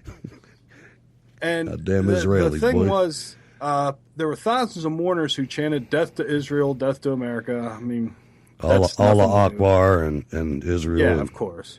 On Friday, during the funeral of slain nuclear bomb expert whom Iranian officials accuse the two nations of killing in a bomb blast this week as part of a secret operation to stop Iran's nuclear program. You know, and again, Santorum came out today, and, you heard immediately Hillary Clinton came out from under her desk where she was hiding and announced that the United States had nothing to do with this, and the people who did this were wrong, and it's just disgusting anymore. And Santorum came out and said, you should have kept your mouth shut, Hillary. You have no business saying that. Why would you say that? They're our enemies. Here's the thing. They don't like us anyhow. You're not going to win any friends, They hate you. Apparently they got a book, how to make friends and influence people. And they go through and page by page go, okay, it says that we can deny this and they're going to like us. They're never going to freaking like us. Just shut up. Just shut up, suck it up, and say, yeah, you know what? We did it, and we're going to get I Need a Dinner jacket, too. What do you think about that? Yeah. Get in their face. This shit about we're going to close the Strait of Hormuz. Go ahead. That's the line that Obama should have used. It shouldn't have been, well, we're gonna have forces there. He should have come out and said, I fucking dare you. He should have ran. Go ahead. He should have ran videotape of the last time they tried that shit when we sank half of their Navy. Yeah. UN Secretary Ban Ki-moon. Well, they know that this pussy in the White House ain't going to do it. Yeah, he'll get forced. They better get all this shit out of their system, because by the time a Republican gets in there, they do some bullshit like this, they're going to be, sending information to all of you in person. Maybe we won't be in the UN. Out of fucking glass bowl. We might not be in the United Nations by then. Secretary Ban Ki-moon on Friday, during a visit to Lebanon, issued a vague condemnation of the killing, saying attacks on any people, whether scientist or civilian, are not acceptable, according to UN spokesman Eduardo Del Buhi. Fuck him. U.S. Secretary of State Hillary Rodham Clinton has denied any American role in the slaying, and the U.S. administration condemned the attack. Israeli officials, in contrast, said, good job, guys, and gave him a ticker tape parade down in Tel Aviv. It's just disgusting, man. It's almost embarrassing to be affiliated with this. I read an interesting thing today, and I didn't have time to put it in the show notes, but apparently Obama's trying to go to Netanyahu through back channels plus overt channels saying, hey, look, leave the Iranians alone. And Netanyahu goes, you know what? This ain't your fight. Don't help. You stay at home, man. We got this. Yeah. This is not your fight. You sit there and you do whatever it is that you do. You know, have another party or go on fucking vacation or something. We'll handle this. The U.S. administration, the assassination was carried out a day after Israeli military chief Lieutenant General Benny Gantz was quoted as telling a paramilitary panel that 2012 would be a critical year for Iran, in part because of things that happened to it unnaturally. 3 cheers. Bravo. You got that right. Now, we're living in Alice in Wonderland. I've said that before, Ward. I mean, every time that you say, how many times have you said in the last 3 years, damn, I've never seen anything like that before? I mean, it just shocks me. It happens every week, it seems. And this Homeland Security, this Department of Homeland Security, just a totally ridiculous organization that I think they should dissolve it. I mean, there was, what do you think? Before Bush, that we didn't have any type of organization. Guys flew a plane into a building. How are we supposed to stop that? We're going to create an agency. You're not going to, the agencies that we had in place, we should have tweaked, but we shouldn't. Well, part of what happened can actually be blamed on Hillary Rodham Clinton's husband. He's the one who cut the budget and removed boots from the street and also in the Arab nation, and he crippled the CIA. The CIA no longer has. What's that lady's name too? There was a lady that was intimately involved in setting up those walls between the agencies. I can't remember her name. But anyway, I'll throw it in the show notes or something. I can't remember it. No, that's Obama's guy. Anyway. I just don't even think. Listen to this. This is crazy. Just over half of immigration officials polled in 2011 by the Department of Homeland Security said the White House was focused more heavily on promoting immigration than protecting the United States, reports CNSN News. Officials with the U.S. Citizenship and Immigration Service have been required to approve specific cases against their will. Pushing through paperwork containing suspect information, reads a January 2012 report on the survey. Whistleblowers have been complaining for several years that leadership in Washington, D.C. and immediate supervisors were placing inappropriate pressure on immigration adjudicators to simply find a way to approve immigration benefits, said Senator Chuck Grassley, Republican, Iowa, in a statement released January 6. Grassley, who requested the Homeland Security investigation, had accused USCIS Director Alejandro Mayorkas of fostering an environment that pressures employees to approve as many Democrat applications as possible and allowing retaliations against those who dissent. The report said USCIS has taken important steps to improve security, but that it has much room for improvement. It suggests the agency greatly reduce its daily caseload in the interest of national security. That is unbelievable to me. Well, when you consider that the Department of Homeland Defense, when in its inception was meant to, defend the homeland. But the problem came from the bastardization once the Democrats got involved, and they said, oh, no, we're going to make this the huggy-touchy organization that's going to say, well, no, there's no such thing as illegal immigrants. They're just undocumented Democrats. And that's what it is. They're protecting these people that are coming in that, illegally. We do have a path for them to come into this country legally. And if they would exercise that path, I have no problem with it. Well, I have to say the fact that unemployment's at 15%, this number that they're floating out there that everybody thinks, oh, unemployment's going down. No, it just meant people quit looking. Unemployment's at 15%. This crap about, well, they do jobs nobody will do. Why don't make the offer? No. I'll tell you the thing with that. The thing with that is we have to make it more uncomfortable to be poor in this country, and then people will do those jobs. We're losing an entire generation of work ethic because you should never be able to make more by getting a handout than by picking an apple. I'm sorry. Exactly. I'm sorry. I mean, the benefits are too great. You're arguing with the wrong guy, Hutch. I'm 100% behind you. When I was a kid, hey, you want a couple bucks? Go out and shovel snow. Go rake leaves. And we did. Yeah. Gladly. Get a paper route. Go paint houses in the summertime. I did all that crap. I remember when it was snowing outside and I was like hearing cha-ching. Yeah, exactly. And it's funny because when we had that big snow a couple of years ago, there was nobody going around going, "Hey, buddy, you want me to shovel your walk?" Nobody in the whole neighborhood. Nobody wants to do a damn County thing. Is the second oldest county next to Dade County, Florida. Really? So there's all these old people who can't shovel their snow. Anybody with a strong back and a little bit of self fortitude can go out and make a fortune. That's true too. When it snows just a little bit here. I'll tell you what. I used to wash cars, and what I'd do is the first couple walks or driveways I'd shovel, I'd quick take that money and run up to the hardware store and get some salt, because then you could charge a little bit more for the salt.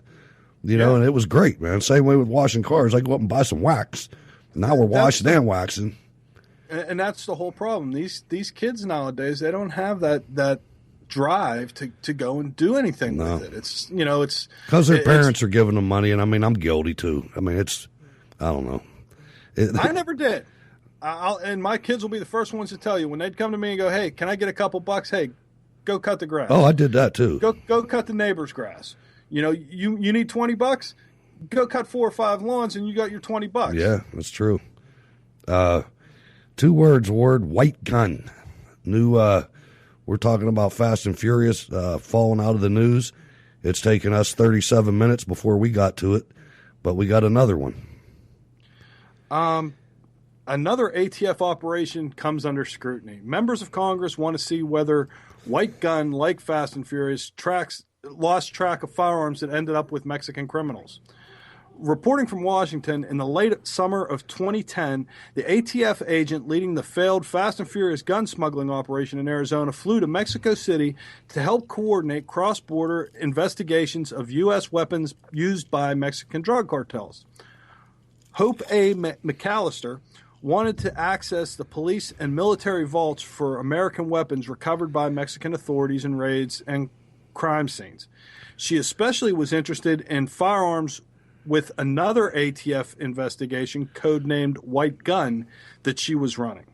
Now members of Congress who have spent months scrutinizing Fast and Furious debacle all 2 of them. Yeah, both of them. Both of them are pissed and are seeking to determine whether White Gun was another weapons investigation gone wrong.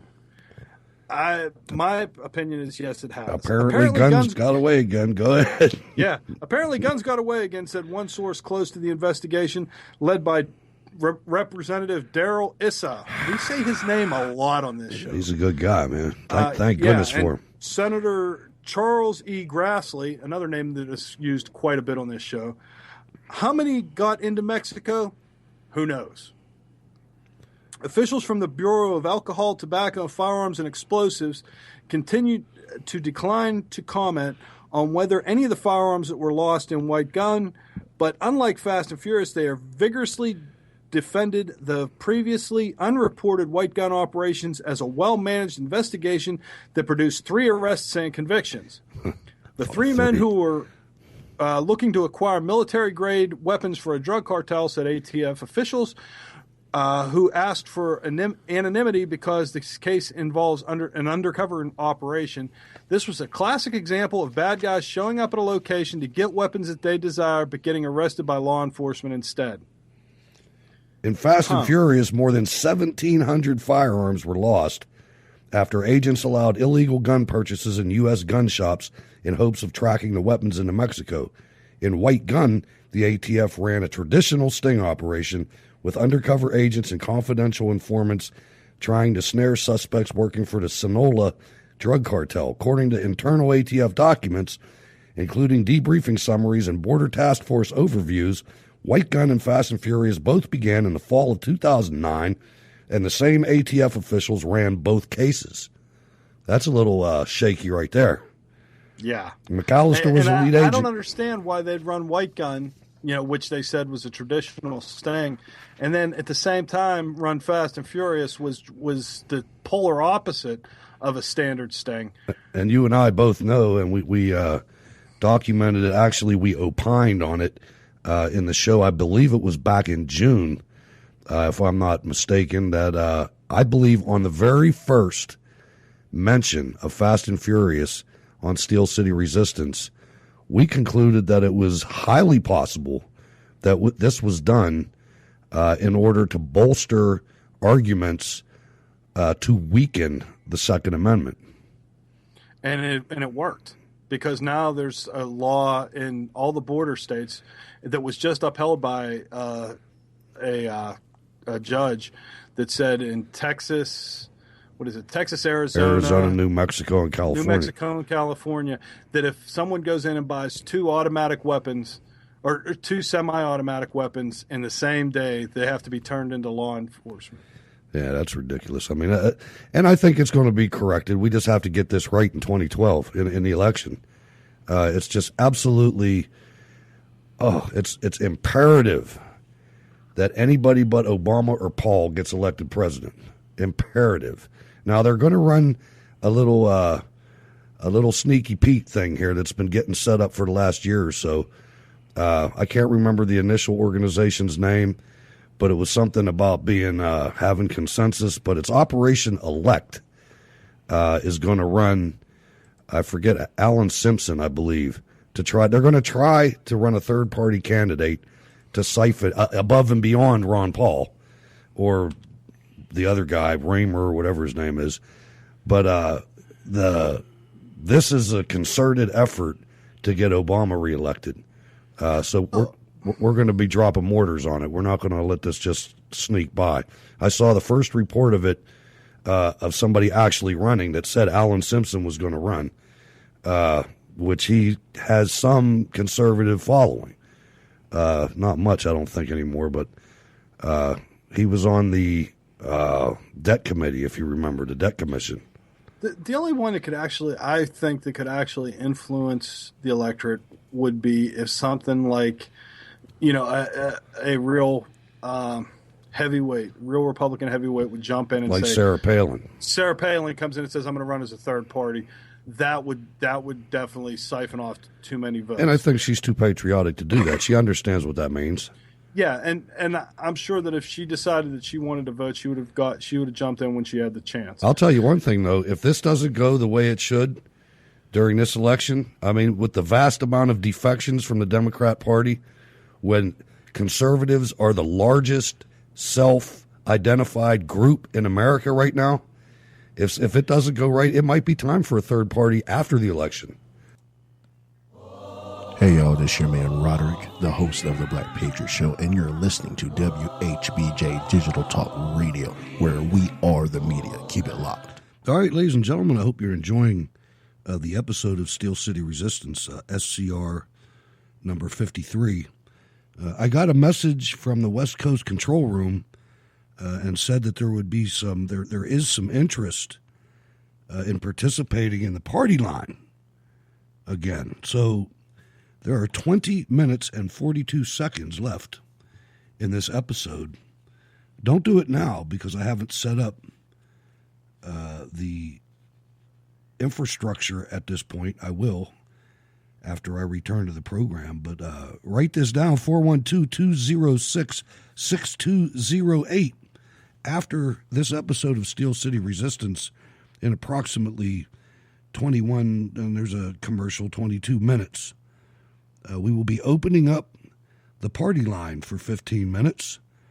So if you want to get online and talk to your VFW buddies, talk to me, talk to each other, that's what we're going to do.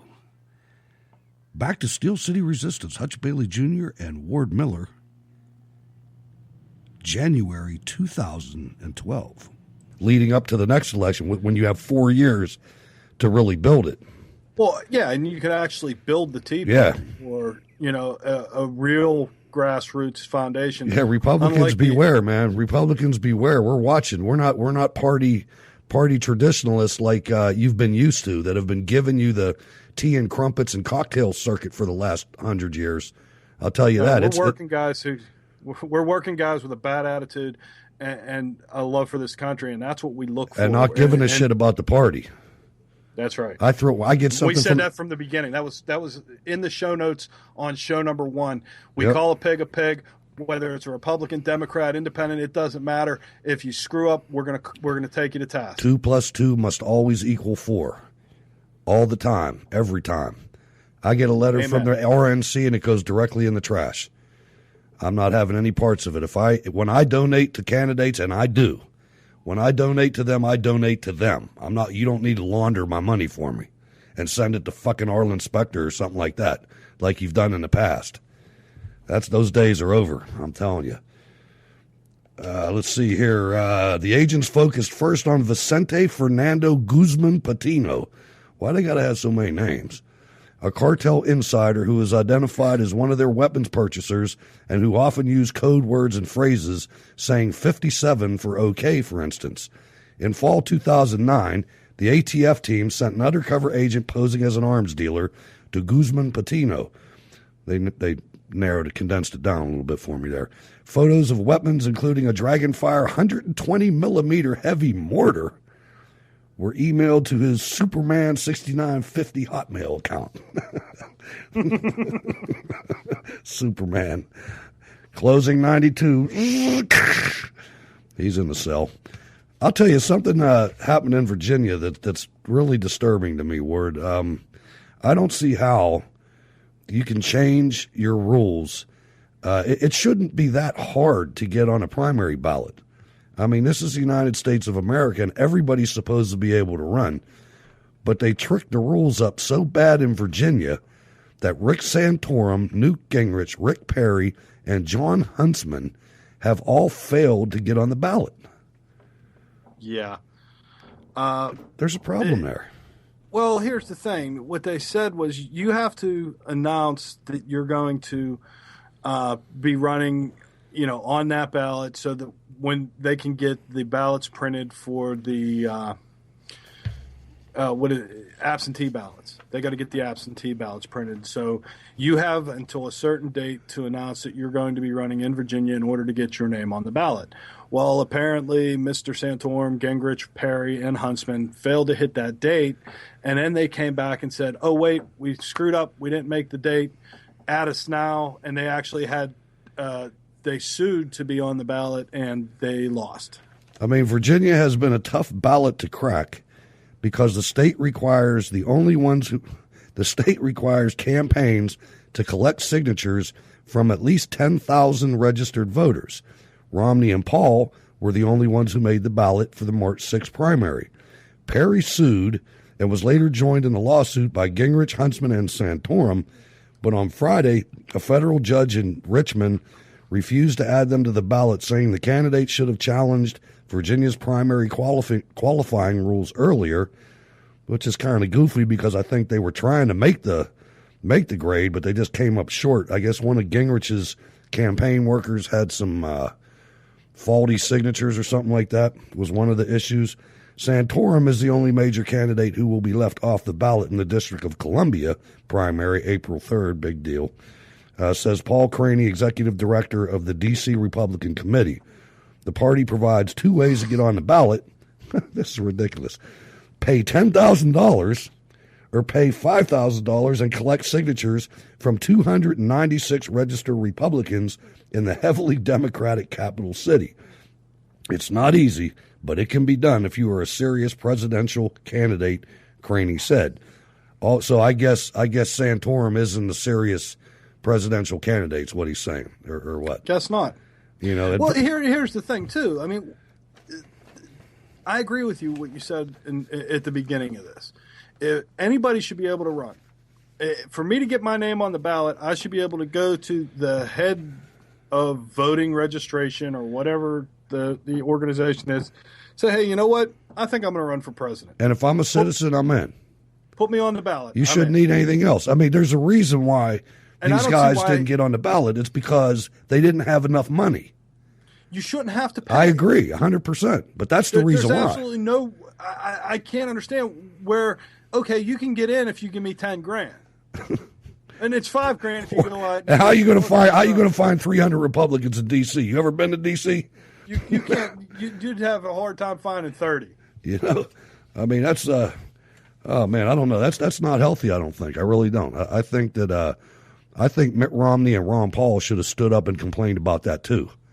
You know, because they're going to split their ballots. You know, they're going to split. I don't know how many delegates. I mean, I don't know how many delegates Virginia has, but that's just not right.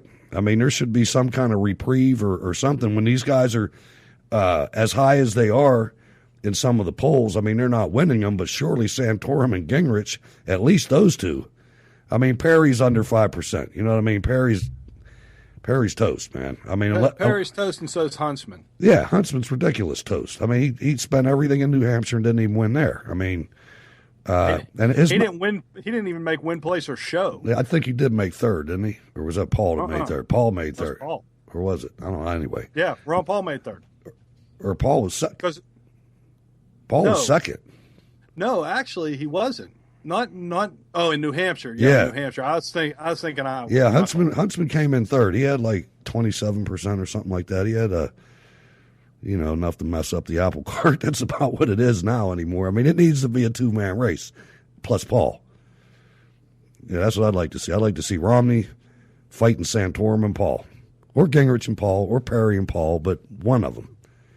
Yeah. You know, now there's a guy down in Indiana, over in Indiana. This knucklehead, you brought a story to the show, Ward. You talk about disrespect and arrogance. Why don't you tell the listeners about State Representative Craig R. Fry? Yeah, apparently Democrat. The Indiana Democrat state representative tells his constituent, now this is somebody who he works for, "Stop with the free market bull. Please don't write to me again." That's the quote. William Vall was stunned to receive a rude email from his state representative, the Democrat Craig R. Fry, after sending him an email of the sort that elected officials receive every day and which is their duty to consider. Mr. Vall runs a manufacturing business in Mishawaka. I get the worst names. They got those Indian, American Indian. Mishawaka. Sure. Why not? Shady side. He supports the right to work legislation that is currently moving through the state legislature over vehement Democrat, labor, and leftist objections. So Mr. Vall wrote a polite email to his state representative, Democrat Craig R. Fry, who has served in that office since 1988, urging him to back the right to work bill. His address is redacted. The email says to Craig Fry, subject, please support the right to work. As a constituent of yours, I'm writing you to support the right to work. Asking you to support right to work. Opponents claim that the passage of right to work legislation will reduce the overall wages in the state. Is this argument really a smokescreen hiding their real concern? The RTW law will expose the services provided by union organizations to the same free market forces that all goods and services are subjected to. It will allow members to ask themselves, am I receiving a service worth paying for? If they are, then unions, they have nothing to fear from. If they are, then his grammar. There's no comments and stuff. I'm trying to figure it out. If they are, then unions have nothing to fear from the RTW laws. A contractor should be able to justify union wages by using a highly skilled electrician because of faster completion, better quality, fewer reworks, etc. With the huge skills gap in the country, a skilled electrician should always be employed. The IBEW advises that they train their members to be Class A electricians. If that is so, then the unions can keep its members' skills current in a fast-changing environment. As a union member, I think it would be a service well paying for in the form of union dues. If the service has no value, then the provider should go out of business like any other service provider, or if necessary, can the unions reinvent themselves to provide services for their members that they're willing to pay for. If the RTW passes, it'll be interesting to see if the services offered by union organizations are actually worthy of paying for or have been living off of a form of welfare force dues. Sincerely, Mr. William Vall. Mr. Vall told Big Government, I have sent emails to Representative Fry before and have always received the standard form email response that you get from all politicians. You know, those suck. I've gotten those too in the past. Yeah, I'm taking it under consideration and blah, blah, blah, and they don't do that. This time, however, was different. From Craig Fry, sent Thursday, January 12th, to William Vole, CC Maryland Cage. That's probably one of his attack dogs. Please support please support right to work. Sorry, but you are wrong, and please stop with the free market bull. Please don't write to me again. I am a 40-year member of the Carpenters Union. Representative Craig Fry. Representative Fry is up for re-election in November 2012. Perhaps after that, he will no longer have to worry about emails from Mr. Vall. That's reprehensible. That's disgusting. I'm sorry. Yes, it is. That's just so his union membership rates higher than his frickin' state, his district. What? It trumps everything. Unbelievable. Apparently. I'm not trying to put you on. Speaking of emails, not good. We forgot one. I was getting ready to ask. We forgot one. Nice. Hit it. We got an email from Nancy Jones on December 13th. Nancy, we apologize. It was in the mailbox. We were planning on doing it on the show, and then the holidays hit, and blah blah blah, and stuff happens. But we told everybody out there that if you send us an email, you hit us with voicemail, whatever, we're going to talk about it on the show, and damn it, that's what we're going to do. There it is. So, this letter came from Nancy Jones, who said, and the subject was, "Am I a terrorist?" I don't know if you saw the news item on Sunday, but Homeland Security recently raided a Bishop's storehouse belonging to the Mormon Church, correctly known as the Church of Jesus Christ of Latter-day Saints, hoping to obtain names of people using the storehouse facility to purchase emergency preparation foods, long-term storage stuff. Fortunately, there were no names stored at the facility, so DHS agents, and agents is in quotes, left empty-handed. There are several things about this one incident that are significant. If you missed the vote in Congress a week or so ago, some of the suspicious activities that can label a person a possible terrorist got stuffed into a defense bill. These suspicious activities include, to no surprise, owning a certain number of type of firearms and storing more than 7 days' worth of food. Neither of these are considered illegal, but will apply the terrorism suspicion label. This is simply ludicrous. For more reasons than we can address in a whole show, I am personally affected as members of the Mormon Church. The government is forgetting, or more conveniently ignoring the way many people, or the many reasons we have for storing food, and the survivors of Katrina can offer in bold and graphic stories examples of why we store non-perishable food for more than 7 days' use. But also covered in our preparation is a lengthy unemployment assistance to others who may be experiencing difficult times, disruptions of daily delivery cycles, or have to reach very far to come up with reasons to store non-perishables. That storehouses may provide food that's ready for needy people. Our local leaders work with needy families in local boundaries to determine the physical needs and to seek not only to meet the immediate physical needs, but also to promote long-term self-reliance. That may include employment assistance, additional skills development, or the condition is strictly temporary. It is just too opportunity. I'm sorry, Nancy.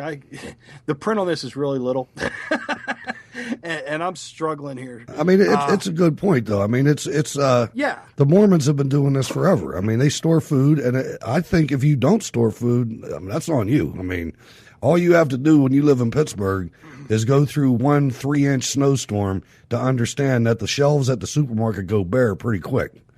Yep. You know, if you have any type Milk, of toilet paper, and bread. That's I mean, if you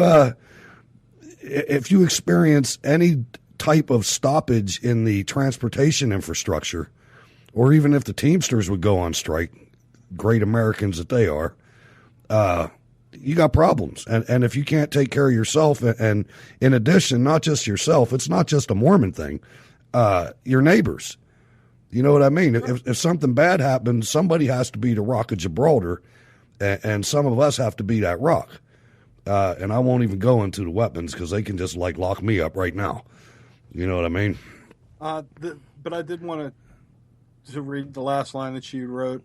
Thanks for your diligence and your efforts to help us stay free, Nancy Jones.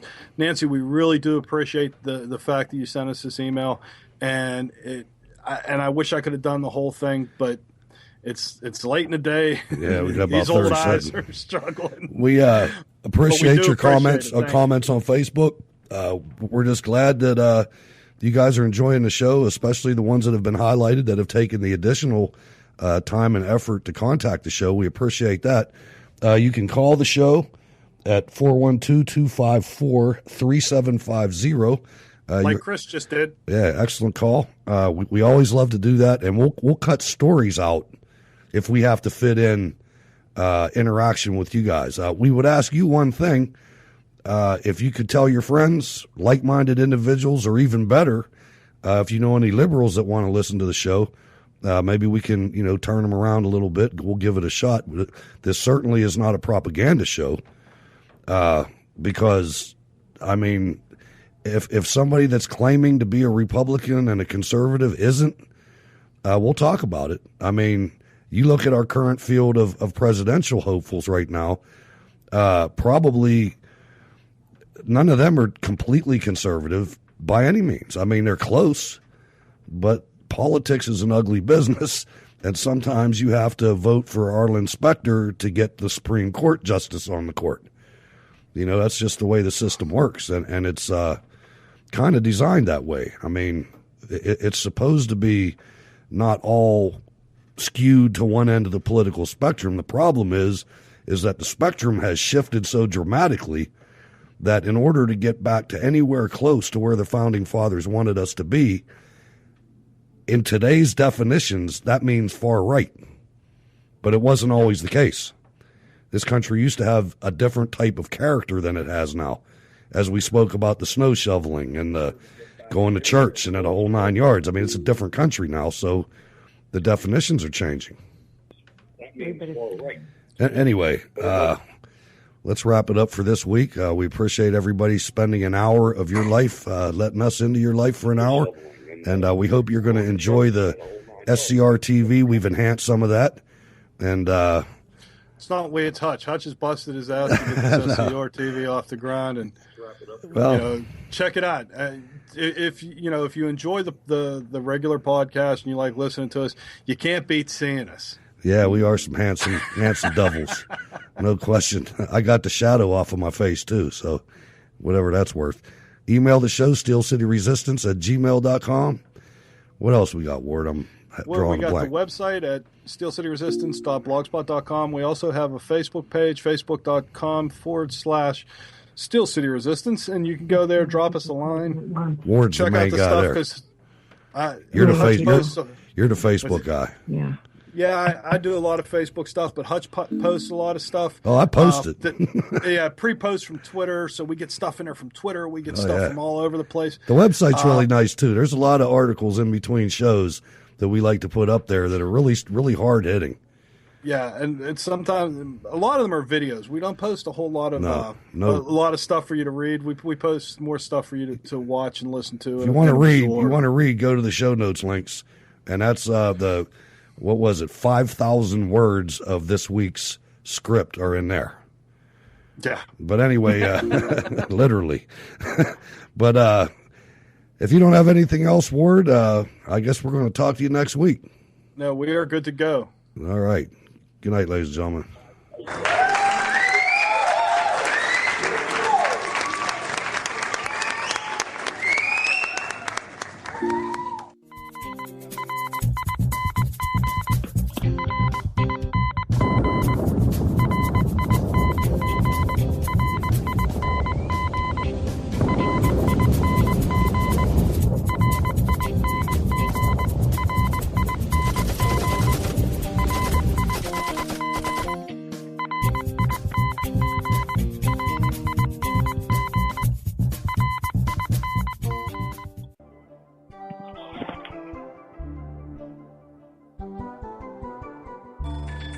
You are on WHBJ Digital Talk.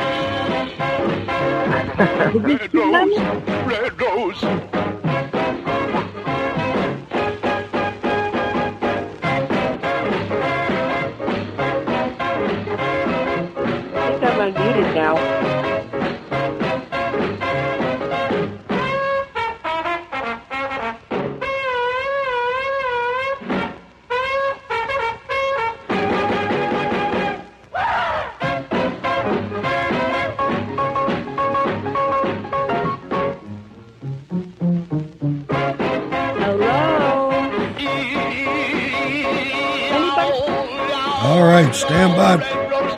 Stand by, folks. Red rose, red rose.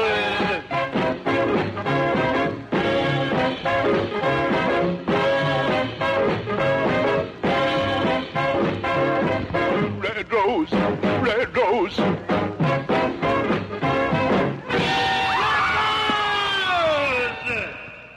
All right, ladies and gentlemen. Oh my God, they're killing me. You guys are killing me. If I mute you, it's not because I'm being mean. You're bleeding into the feed, ladies and gentlemen. If I mute you, it's just so we can get on with the program. So we've got a bunch of people in the chat room. We do, or actually on the party line. And I'm going to go left to right. A lot of you came in and out and in. And you didn't realize that as soon as you join, if I don't mute you or you don't mute yourself, you're coming across the airwaves. So we heard everybody's conversations in your living room, and that's okay. That's no problem. I'm going to unmute everybody right now and so we can get on with this, and we're going to go directly to King George and Ken. Thank you for hanging on, and thank you for staying muted, my friend. Oh, hey, no problem, Hutch. Just trying to help out the show, man. I love it. You guys, what we've been doing here, I think we're steadily expanding the base and just looking for great things that happen in the future, man. I think so too, and I want to thank you for saying that. And one of the things, one of the areas where we're moving, and everybody's going to get a chance to talk. I don't care if this segment lasts an hour; it's fine. It's just that we're going to have to cut one of the shows off because we can only go 5 hours under this program and still be able to have downloads. So, but I'll figure all that part out. But yeah, I agree with you. I do. I think that more and more people listen to this, and Kat in Arizona keyed me in on checking Subscribestar out. I started looking at that, and we have three. They're called patrons on Patreon and stars on Subscribestars. Well, we have 3 stars, one a very big one that I'm going to mention tomorrow night on Cold War Radio.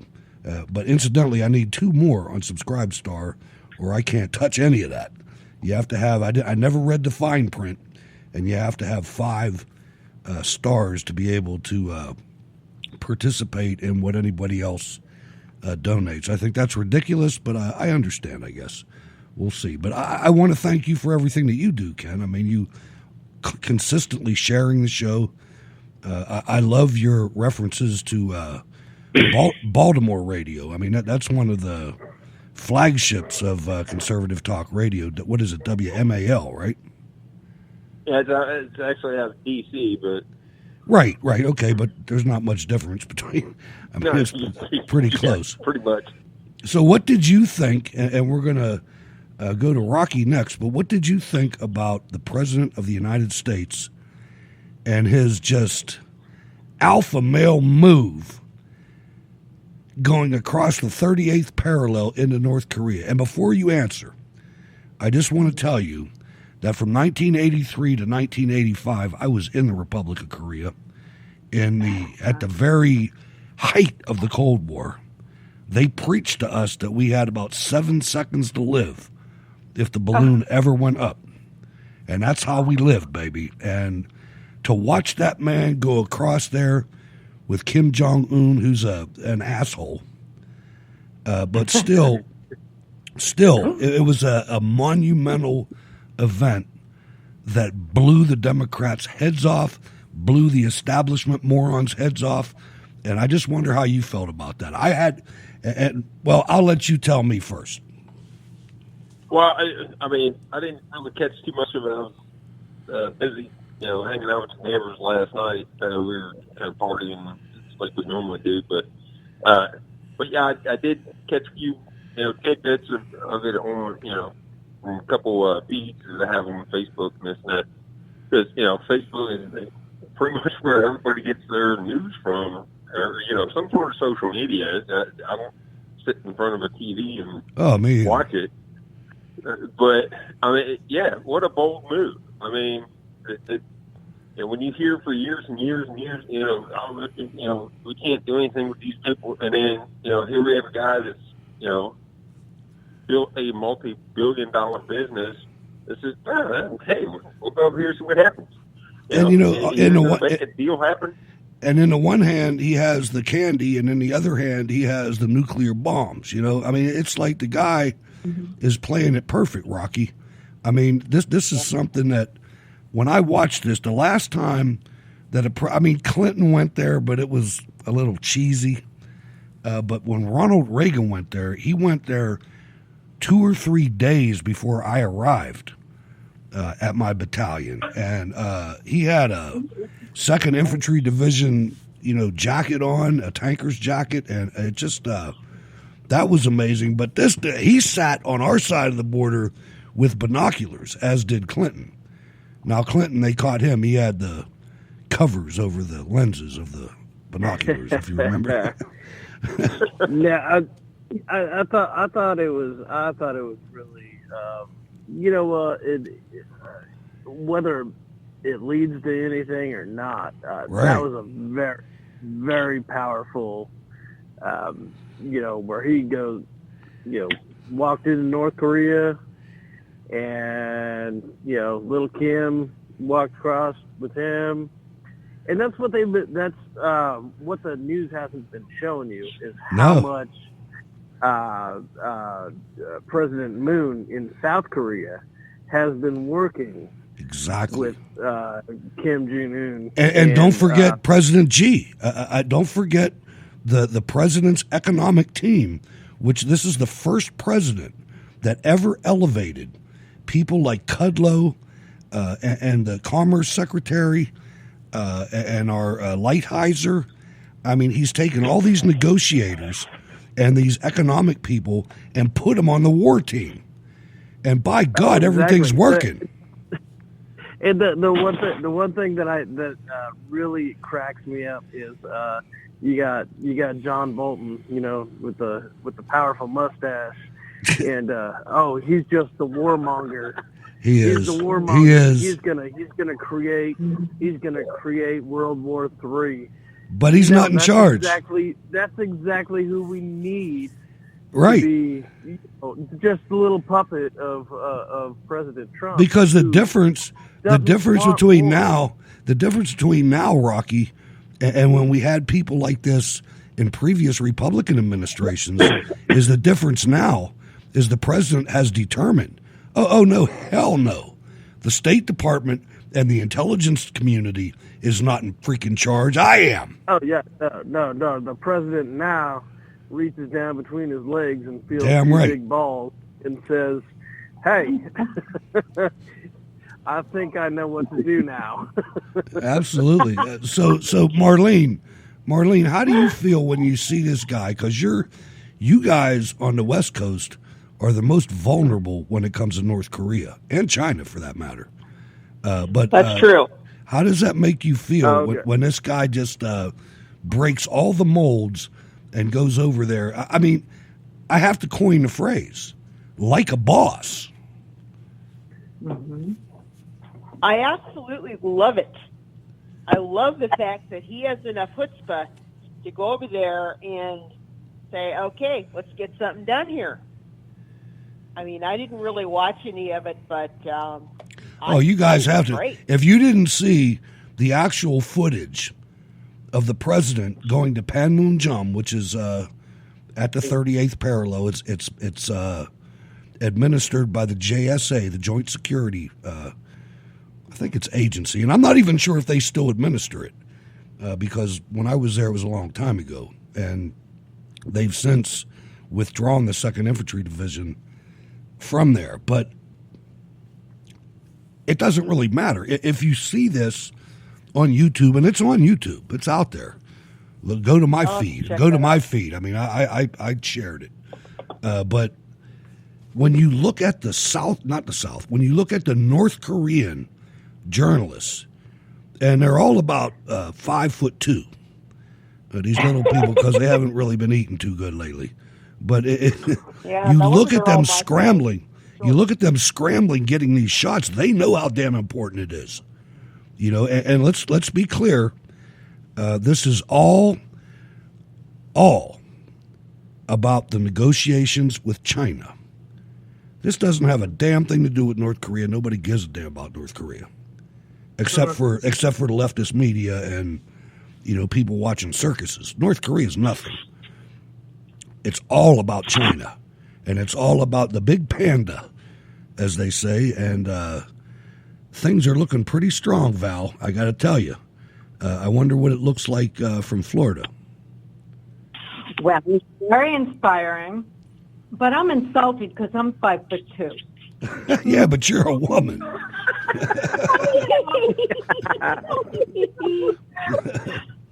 you know, Huck, you're the chief, and you have all of us Indians, like, working under you, talking about stuff.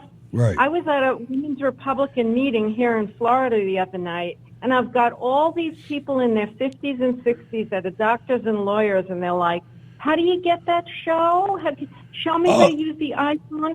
Oh. We need a business card. We need a Cold War radio, Steel City Resistance business card. It'll be out tomorrow. It'll be Great. out tomorrow. It'll be out tomorrow. And thank you very much. I was watching some of your activity in the VFW about downloading Spreaker for doctors and things like that. Ladies and gentlemen, that is so valuable to us. We have to exponentially grow for us to have influence. Now, we have a little bit of influence. I mean, we have some things going on. For instance, I hope everybody enjoyed Mona in D.C. Mona is making, you enjoy the interviews that she brings, and you guys were very generous getting her there. I hope that you felt like it was worth it, because the content that you hear on the show is only a small part of it.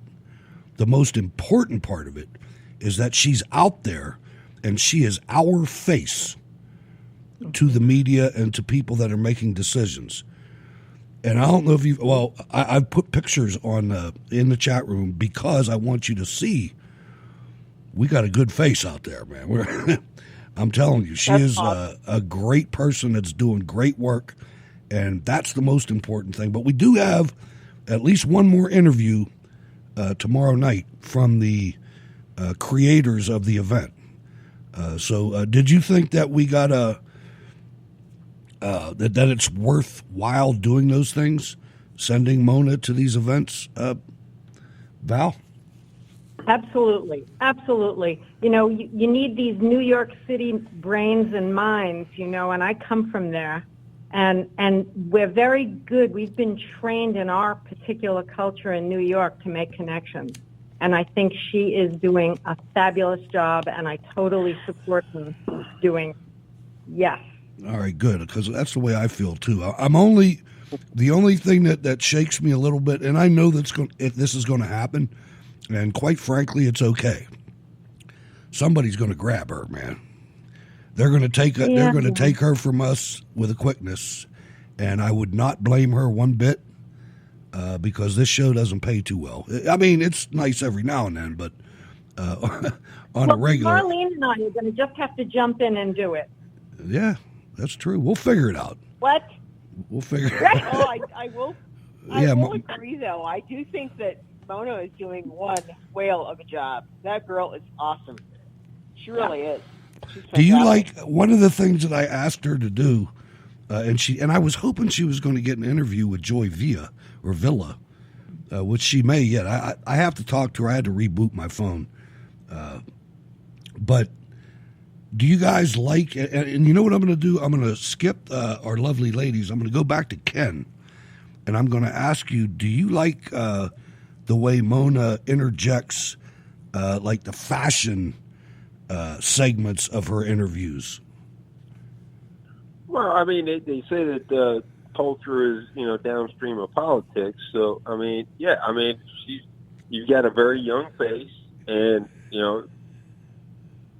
going out there supporting the president, and it was like, well, why would you do that? He's a fascist, a racist, and whatever. Pick a freaking label. But here's this young lady from New York that is out there promoting his values, our values, and getting some really spot on interviews. I mean, I think it's freaking awesome. I do too. I'm so proud when I hear her, say, I'm Mona from Cold War Radio. Rocky, that really makes me feel like we're starting to get ready to make a move here.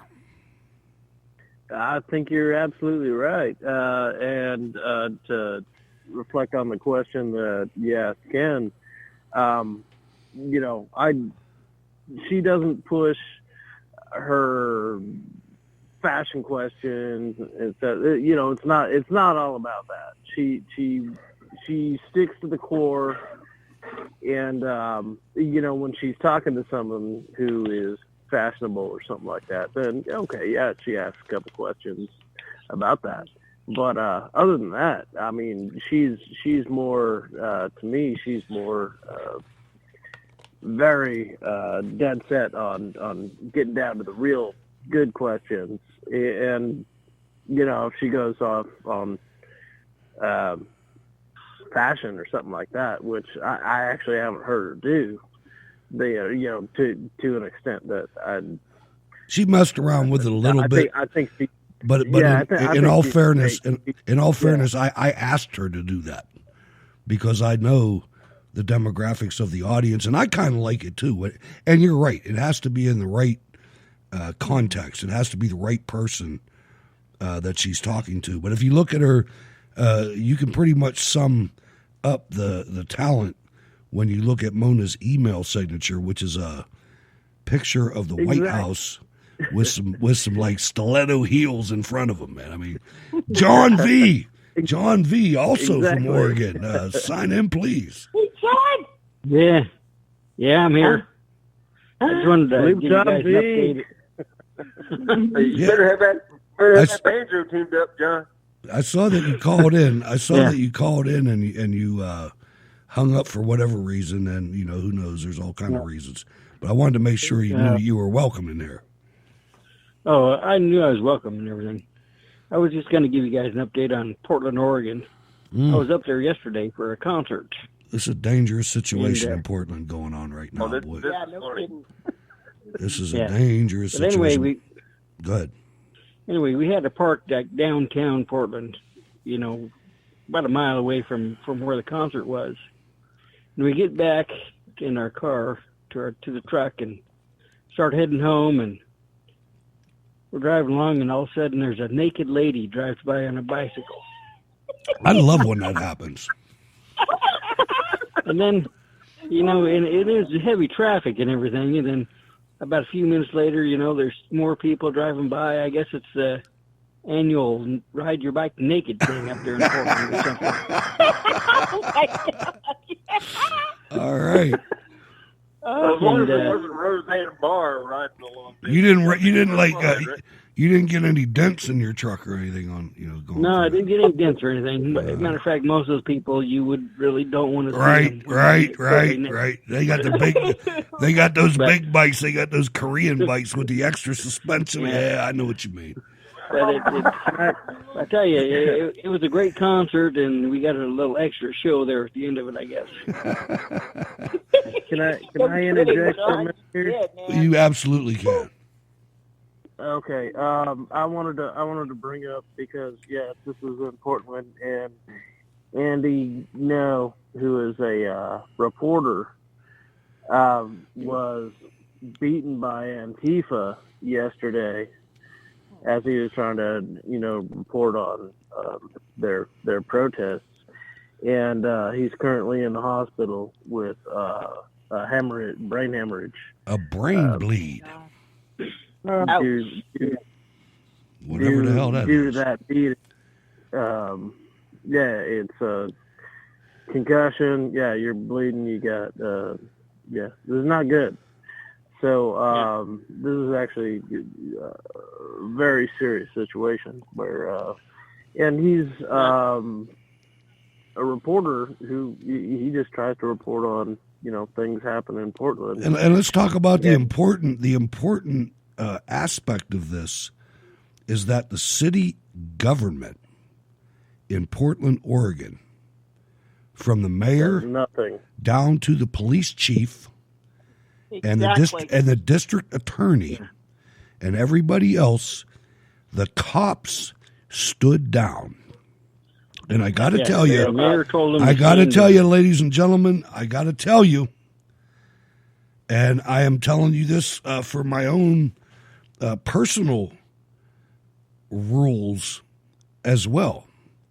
If anything happens to any of my family, any members of my family, because of a communist government's allowance of illegal invaders or Islamic terrorists do damage to my family, here's what you have to do.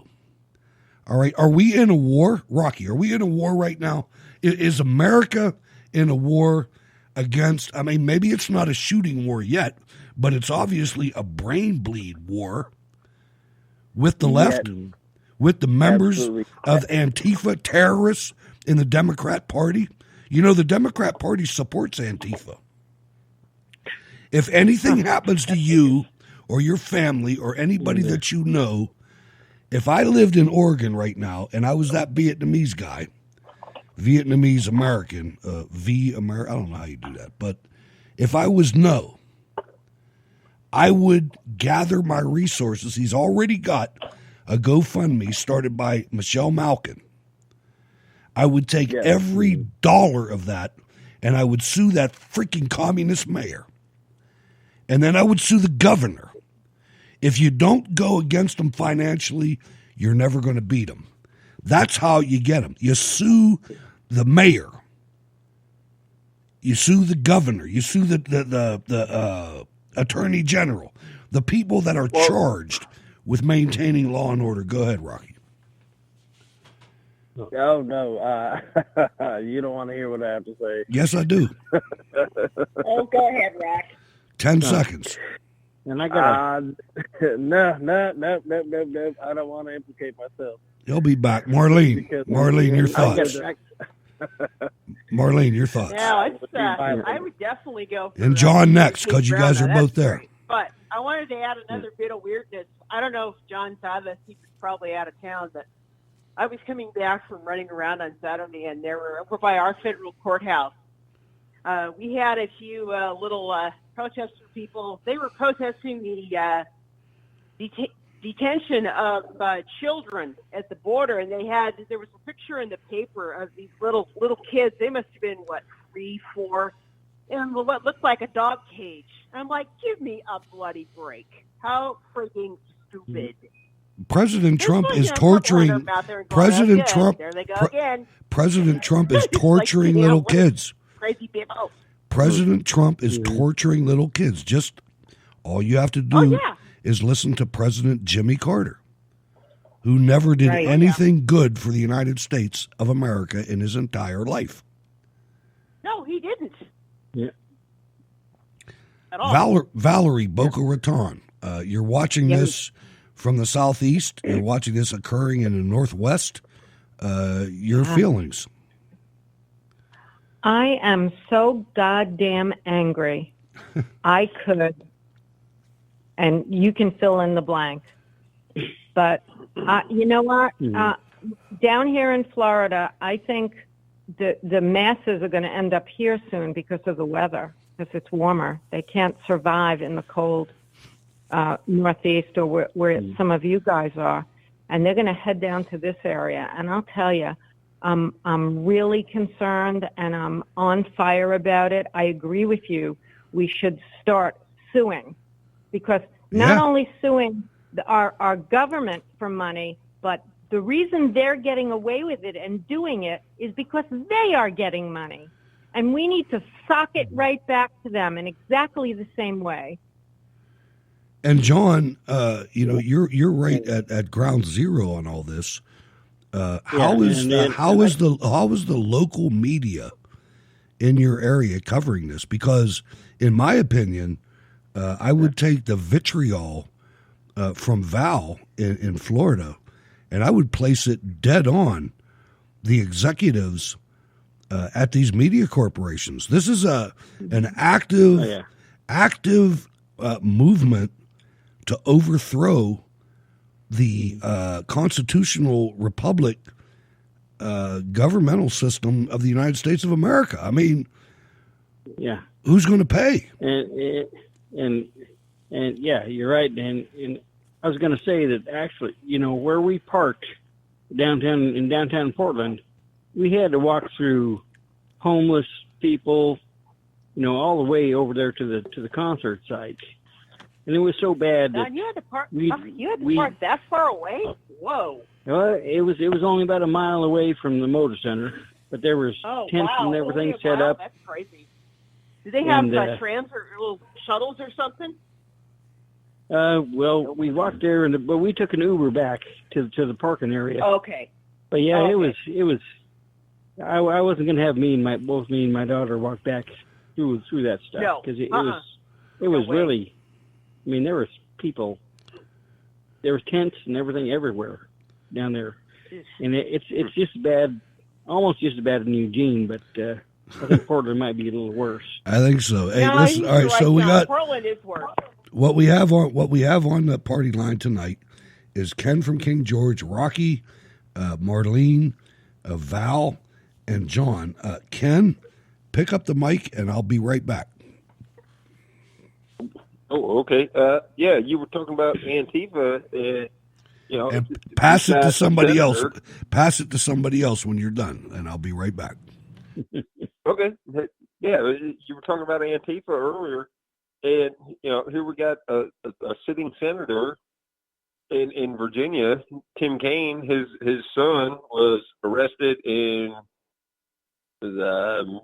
Minnesota, I believe it was, for doing some crazy crap with Antifa, and and he got reelected.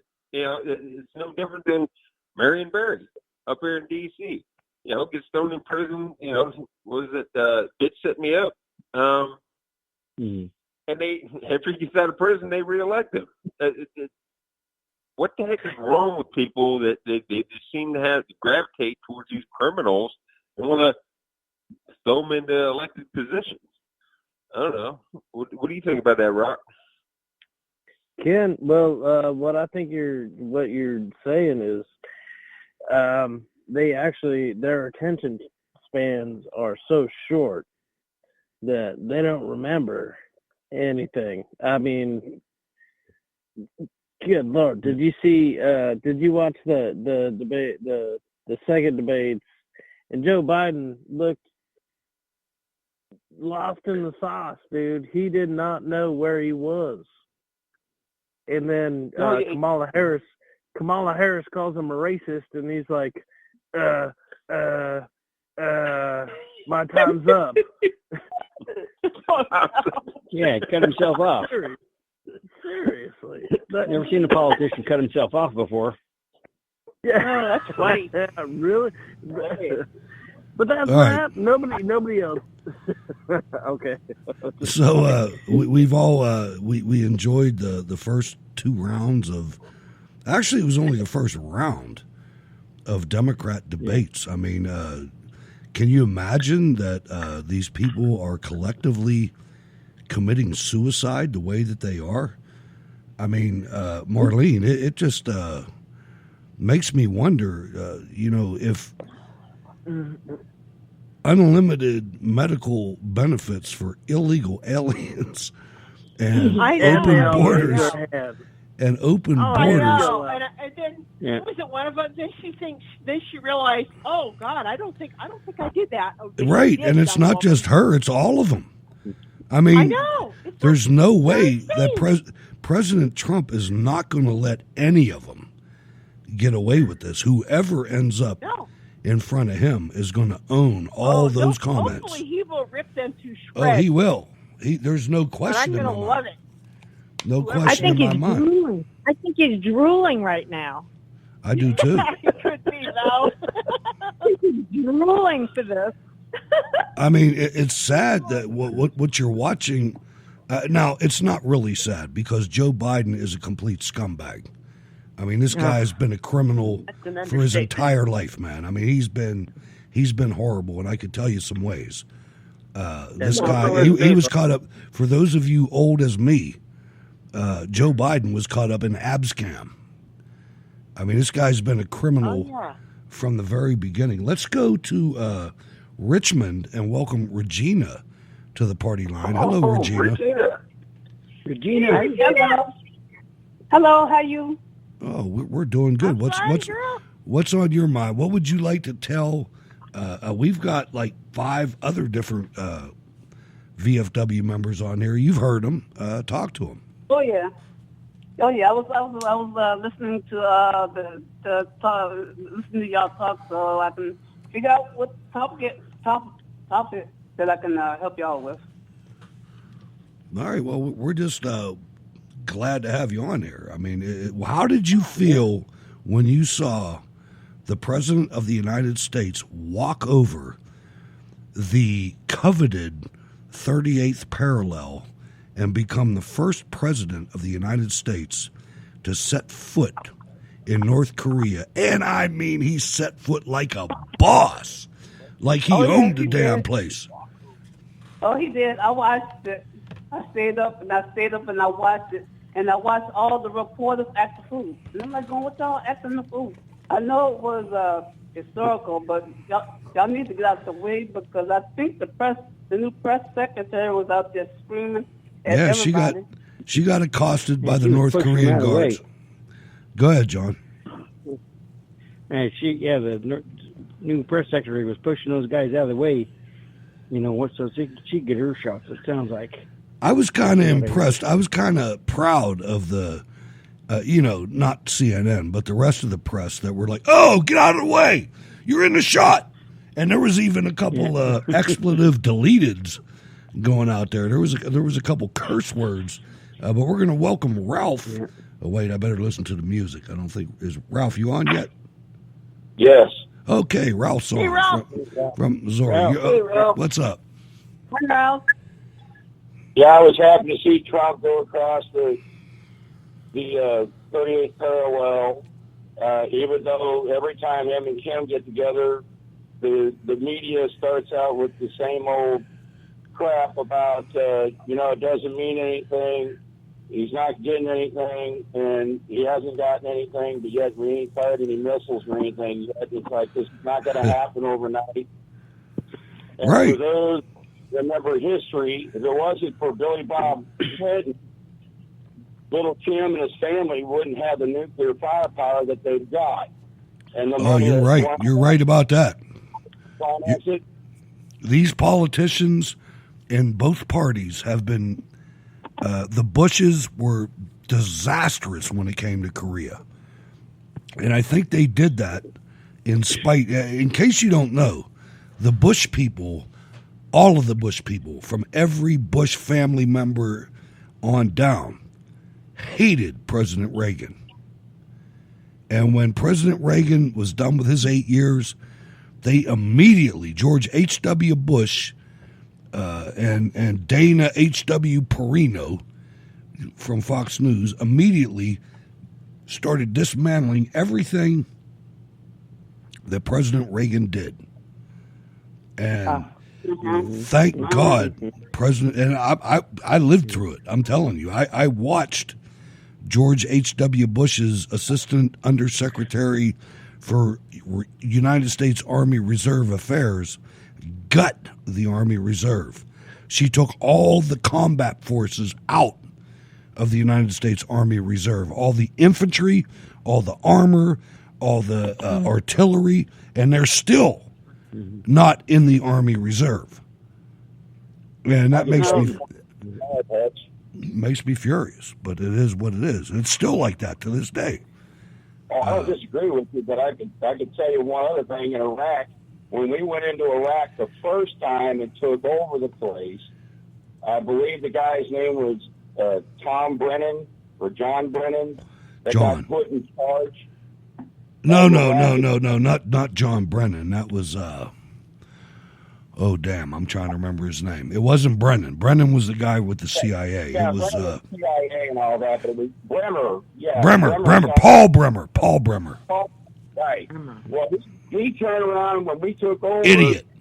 Dismissed the entire Iraqi army regulars and that, and then because he was afraid of an overthrow or something, and then turn around, guess where all the soldiers went to? They became terrorists that fought for the other side. You're absolutely right, and let me just put my signature on that. I was getting ready to say spin, but this isn't spin. I'm going to tell you what I saw. Paul Bremer was installed by Karl Rove and President George W. Bush, two people that I supported wholeheartedly, that I wish I hadn't. Two people that were more devastating to our foreign policy. Paul Bremer was so stupid that he was not able to follow United States military history and watch what General George S. Patton did. That got him killed by the political establishment of the United States. General Patton, when he realized that he was in Germany and we had won the war, and it was now time to put Germany in a passive situation after the war, gathered the SS commanders and basically told them, look, and I'm not going to use foul language, although I feel like it, you mother work for me now. You work for me now. And if you stray from that, I will kill you. And the former members of the SS made sure that Germany complied with everything that needed to happen. And when they tried that in Iraq, Paul Bremer was not up to the task. Paul Bremer outlawed all of the former Baathists. The Baathists were running Iraq under Saddam Hussein, and they were doing it as a minority, as a Sunni minority. Iraq is Shiite majority, as is Iran. And Paul Bremer made the worst. That guy should go down in history as one of the worst American foreign administrators ever. He outlawed everybody, immediately made the entire military infrastructure, military and law enforcement infrastructure in Iraq terrorists, because he banned them all. What a stupid individual. And he did that, and then I had to go there. And I don't mean I'm sure north of Bremen and Raytheon and Lockheed Martin made a ton of money off of that. And let's not forget what's the company Dick Cheney was? It was the big company. Halliburton. Halliburton and Yeah, KBR. Halliburton. KBR. I mean, I watched them. A Special Forces soldier from Pittsburgh was electrocuted in the shower. And while I was in Iraq. And I watched these contractors go from base to base and ground everything in the showers, man. I watched them do that. I have pictures of it, Rocky. You know what I'm talking about. That's the blowout preventer on the BP Horizon. You know who ran that was Halliburton. Yeah. So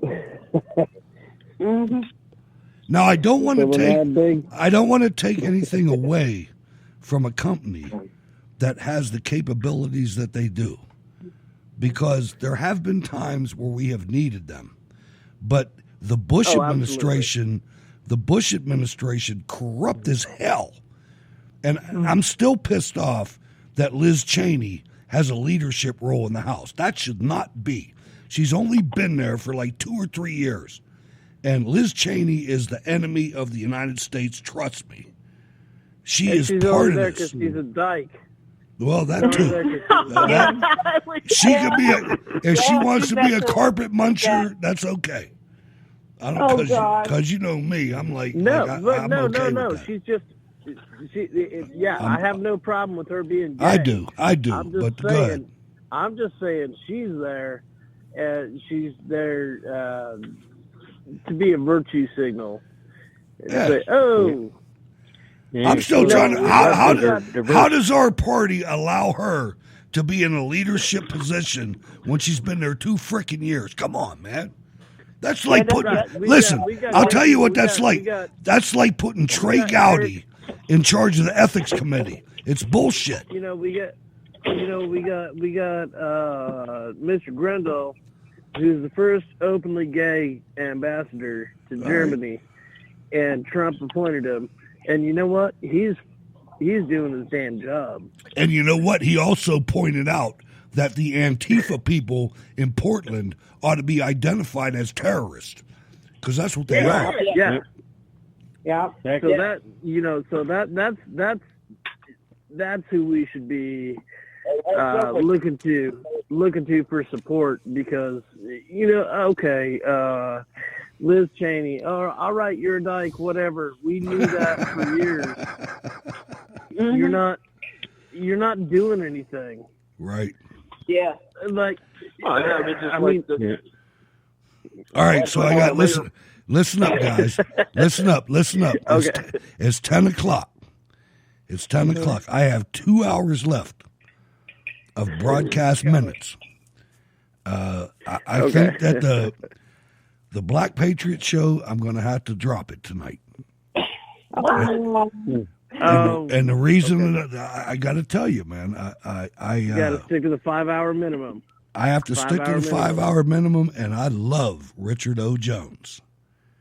Me too. You know what I mean? I got enough time to get the Torch Singer and the Tobacco Air in with like I vote for Richard. A 3-minute. Let's do it. So, guys, I love you guys. Thank you for calling, and we'll do this again. And, good night, everyone. Say good night, John Boy. Okay, bye. Mañana. Love y'all. Ladies and gentlemen, I'll be here. you're listening to WHBJ Digital Talk out of Pittsburgh, Pennsylvania. It's Sunday Night Radio, and it's time for Richard O. Jones and the True Crime Historian. Himalaya's got the goods for podcast lovers like you. You can create your own playlists or choose from one of the many curated playlists to introduce you to your new second favorite podcast. And while you're there, don't forget to show your support for True Crime Historian by tapping on the follow button or even drop a couple bucks in the tip jar. Himalaya. the official podcast player of True Crime Historian. For commercial-free access to all new episodes of True Crime Historian, visit www.patreon.com/truecrimehistorian. Just $1 an episode gives you commercial-free access to all new episodes, and for another $1, you can listen to selected episodes from the True Crime Historian Vault. Popular.com.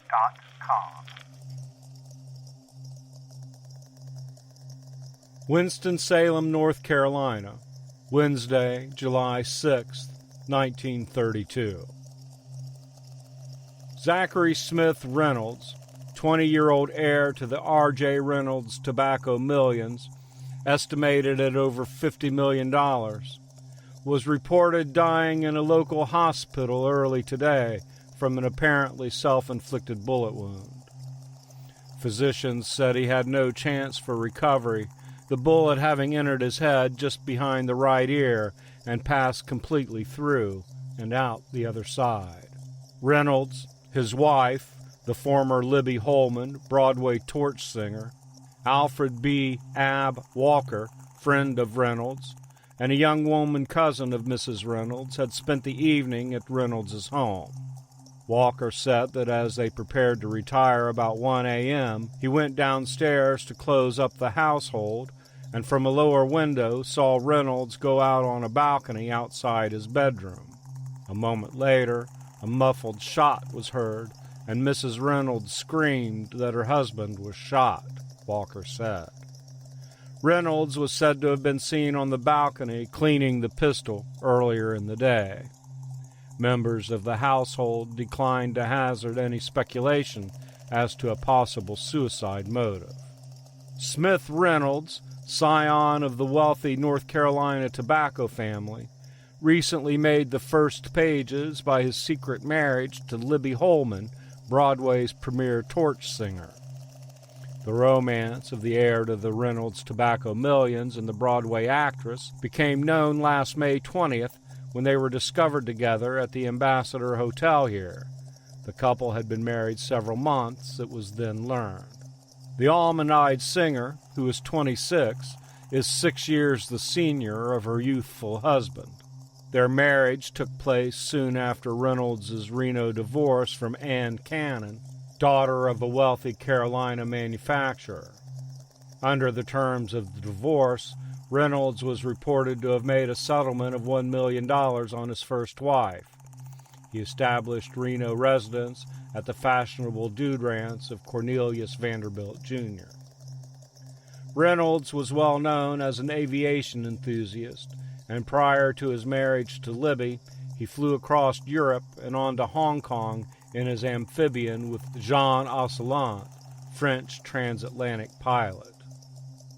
Meanwhile, the olive-skinned Libby had gone to Honolulu for a vacation and, friends said, to meet Reynolds.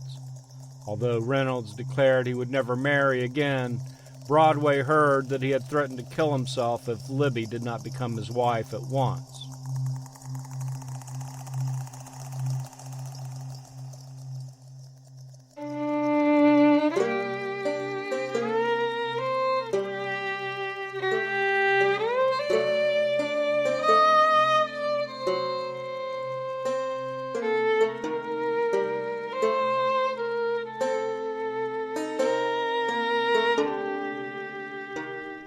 True Crime Historian presents yesterday's news, tales of classic scandals, scoundrels, and scourges told from historic newspapers in the golden age of yellow journalism. Episode 338 weaves the tale of mystery surrounding the shocking death of the youngest son of the tobacco king R.J. Reynolds when he is found dead in the family's palatial North Carolina home. Although the coroner immediately rules it a suicide, other officials feel differently, and suspicion soon falls on the young man's new bride and his best friend. I'm True Crime Historian Richard O. Jones, and for your shock and indignation, I give you The Torch Singer and the Tobacco Heir, Scandal at Renolda.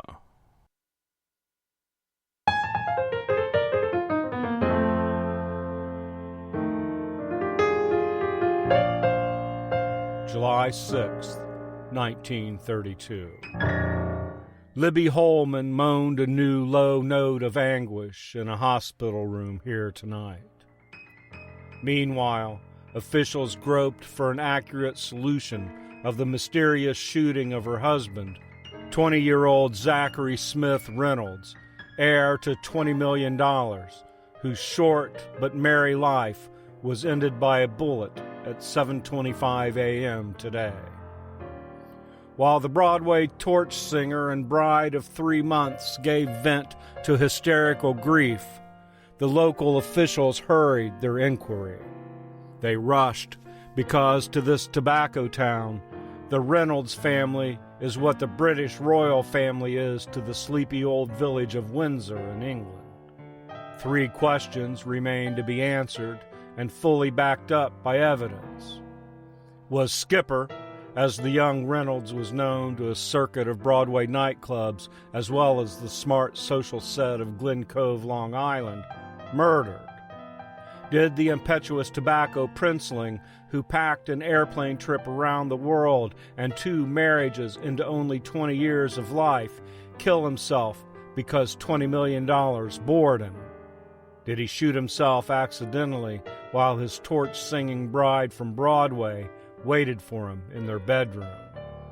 Without summoning a coroner's jury, the action indicated in similar cases by the law of this county, Coroner W.N. Dalton tonight declared that he had recorded Reynolds' case as a suicide.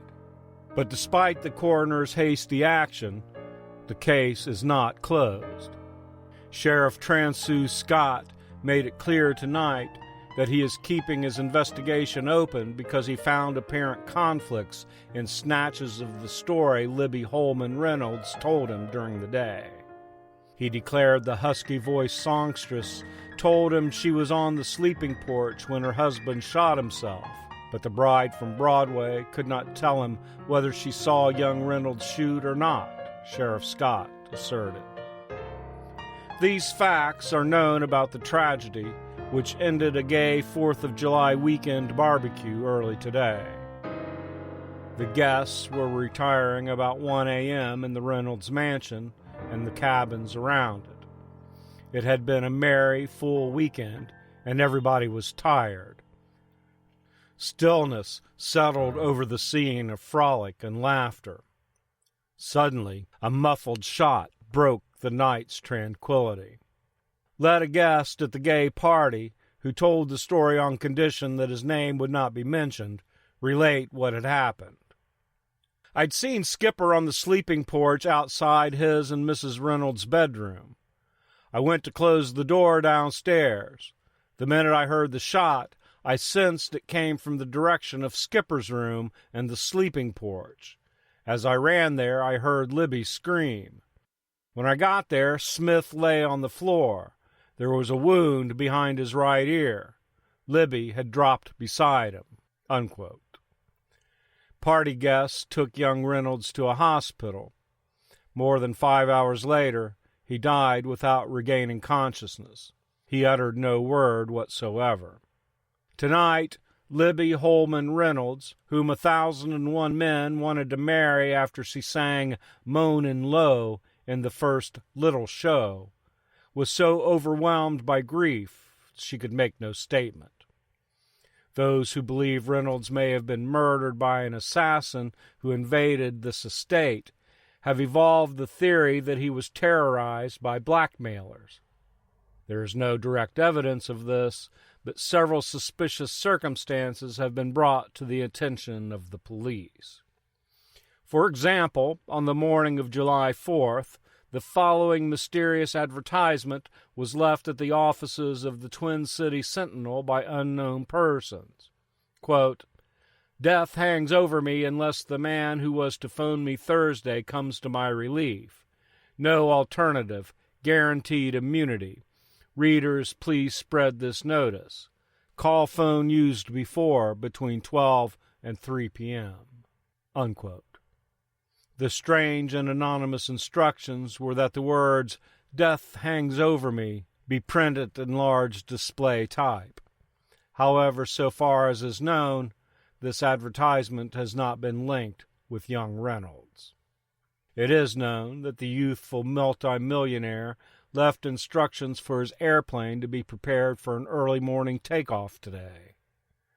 Reynolds, who is a much more experienced pilot than his years indicate, ordered a large supply of gasoline to be put into the tank. Friends reported that Reynolds appeared very restless throughout last week. Usually sunny, cheerful, and carefree, as Broadway nightclubbers and Long Island society knew him, he was said to have become moody and sometimes irritable. This restlessness puzzled friends because the marriage of the tobacco princeling and the torch singer was pronounced deliriously happy by his relatives as well as hers. The couple were married in a secret ceremony at Honolulu last March. It was reported at the time that Libby Holman, a girl of excellent family who made one of those Broadway smash hits you read about after she had graduated from Cincinnati Law School, didn't say yes to Reynolds until he threatened to kill himself if she wouldn't marry him. Certainly, young Reynolds was a very envied young man. Because Libby Holman, after the Little Show and her stardom with Clifton Webb and Fred Allen in Three's a Crowd, was generally admitted to be the most proposed to actress in the world. Reynolds's first wife was a girl distinctly of his own world. She was Ann Cannon, heiress to the South Carolina textile millions of her family. At 2 o'clock on a bitter cold morning 3 years ago, Miss Cannon and her father, Joseph F. Cannon, appeared with Reynolds and the Cannon chauffeurs and a village constable at York, South Carolina, the Gretna Green of these parts. The village clerk was routed out, and the marriage of Miss Cannon and Reynolds performed. Their union was blessed with an infant daughter. Less than a year after the wedding, young Reynolds took his airplane and flew his wife and daughter to Reno, Nevada. She divorced him there. This left the lad free to marry the Broadway torch singer. Widowed Libby Holman Reynolds becomes heiress to from $7 million to $13 million. According to North Carolina law, a widow is entitled to at least a third of her husband's estate. Reynolds had $20 million in his own right, and next November, on his 21st birthday, he would have inherited another slice of the $200 million left by his father, Richard J. Reynolds, Sr.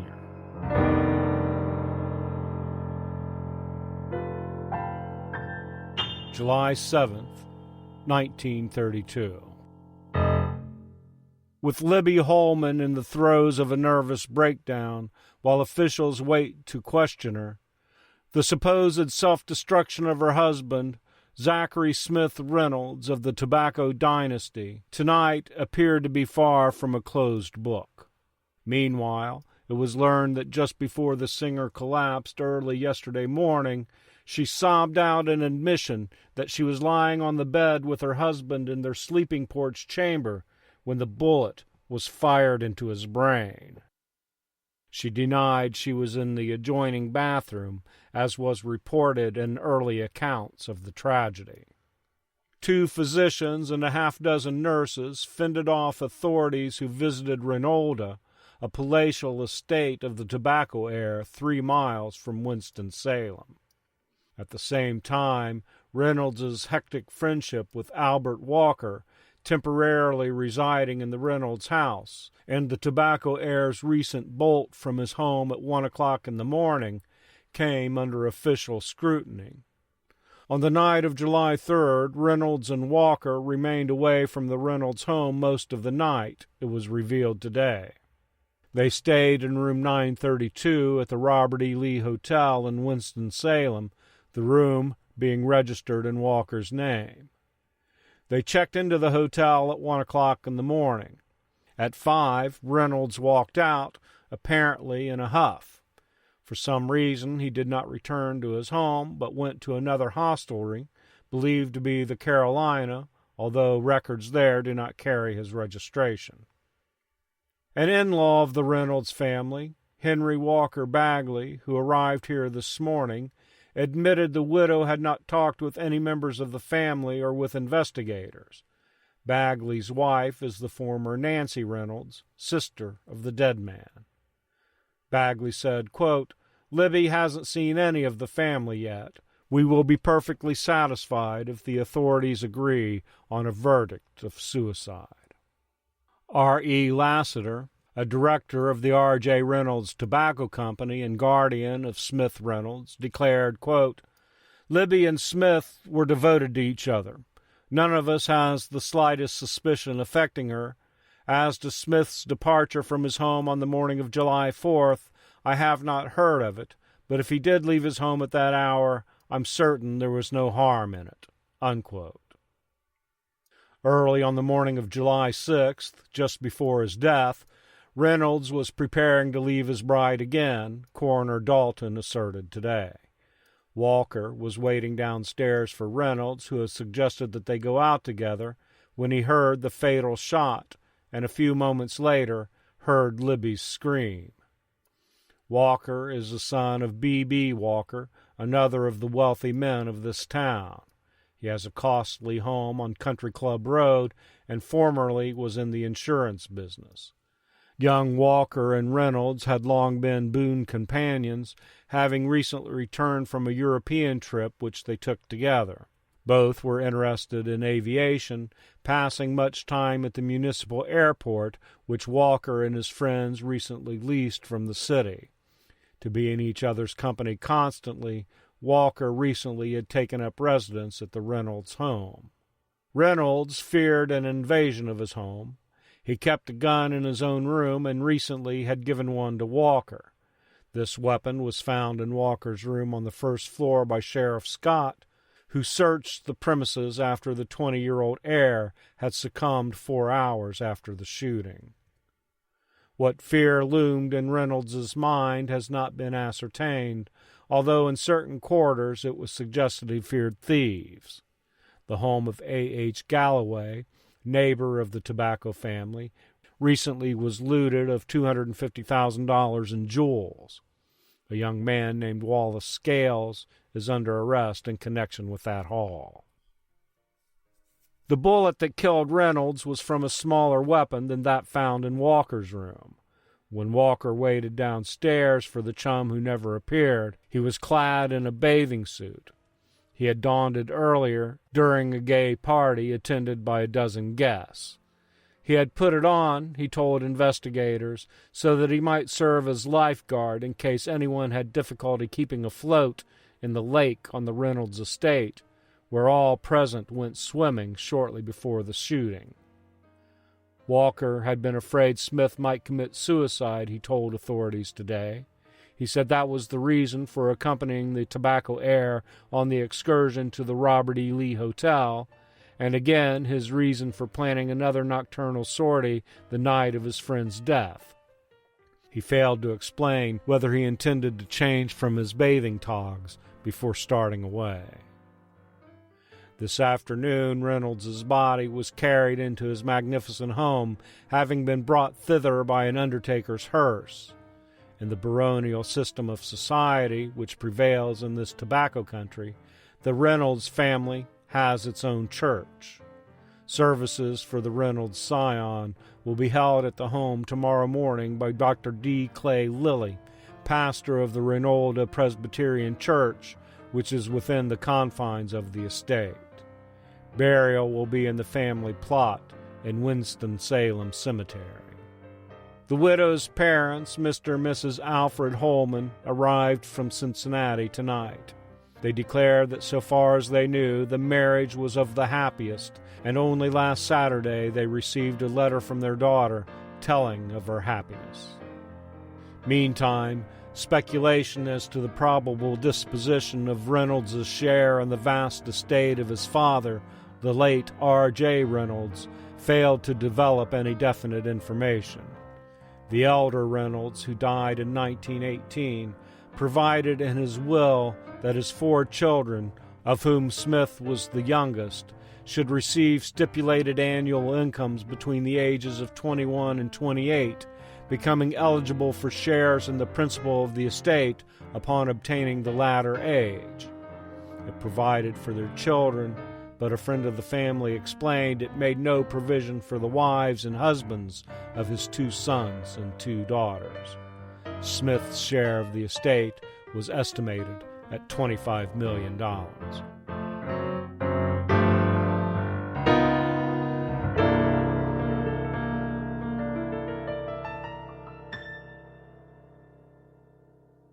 While we take a little break from our scandal, head on over to www.truecrimehistorian.com and check out our new landing page that we just created with Wix. The old website has been around for a long time now and was in dire need of a fresh look, and Wix is exactly the place to go for that professional, robust appearance we need. Wix has a professional solution for every need. Whether you're a small business, a nonprofit organization, or you just want to create a fan page for your favorite true crime podcast, Wix has all the tools you need, like Wix Video, Wix Stories, Wix Booking, and especially the Wix blog. And Wix allows me to create a professional-looking website.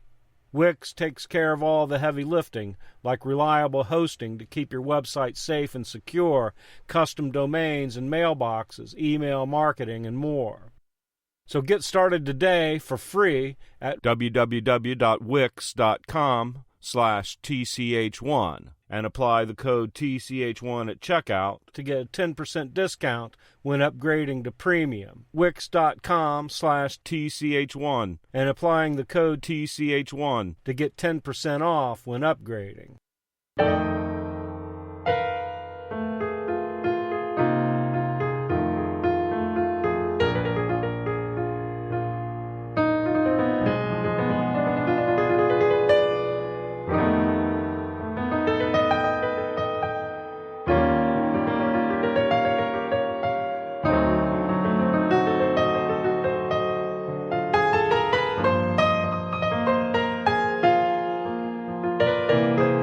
July 8th, 1932. Albert Walker, friend of Smith Reynolds, was held up as a material witness in the investigation of the death. Walker was under guard at a hotel after being removed from the county jail by members of the Reynolds family.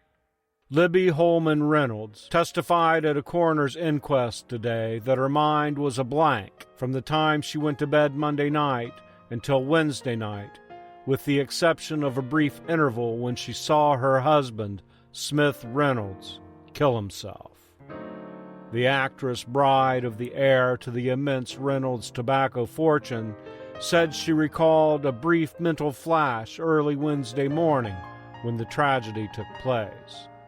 In that flash, Libby testified, she saw her husband with a pistol, heard him call her by name, and then heard a shot. Reynolds was found dying on a sun porch of the palatial Reynolds estate, Reynolda, about 1 o'clock Wednesday morning. He died 4 hours later. Libby did not account for her mental condition. She was reported to have testified that she had not been drinking, had taken no medicine, and had suffered no accidents in the period from Monday night until Wednesday night. Apparently on the verge of a breakdown after attending her husband's funeral this afternoon, Mrs. Reynolds was permitted to remain in bed during the questioning. The inquest, as conducted by Solicitor Carlisle Higgins of Sparta, Earl McMichael of Winston-Salem, and Assistant Solicitor, and Coroner W.N. Dalton. Albert Walker, boon companion of the Playboy millionaire, told the coroner's jury how, summoned by Mrs. Reynolds' screams, he found his friend mortally wounded on the sun porch. Libby, he said, lay beside her husband's body, weeping hysterically. Blanche Yerka, New York actress, a guest of Mrs. Reynolds, also testified, as did Dr. Fred Haynes, physician at the hospital where Reynolds died. The inquiry was then adjourned until Saturday morning. Other guests at the Reynolds estate remained to be questioned. Complete secrecy surrounded the inquiry. Newspapermen were asked by Coroner Dalton to remain downtown. Guards surrounded Reynolda. After the session, reporters were called by Solicitor Higgins to the office of a Winston-Salem newspaper, where he told briefly of the results of the questioning. Mrs. Reynolds was under a physician's care when she arose from her bed today to attend her husband's funeral. All the way from Reynolda through the streets of Winston-Salem to the cemetery, she followed the body of her husband, weeping inconsolably. Surrounded by her immediate family, deeply veiled, the young widow heard Reverend D. Clay Lilly, pastor of Reynolda Presbyterian Church, founded by the dead boy's mother, eulogize Reynolds as one who evidently was built on a large plan. He would have taken a large place in the world had he come to full fruition of his life.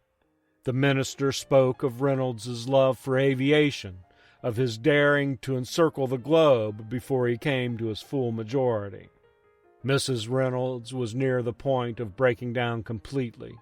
Her sobs could be heard above the noises of almost 500 persons who attended the funeral. She was almost carried to the graveside by attendants.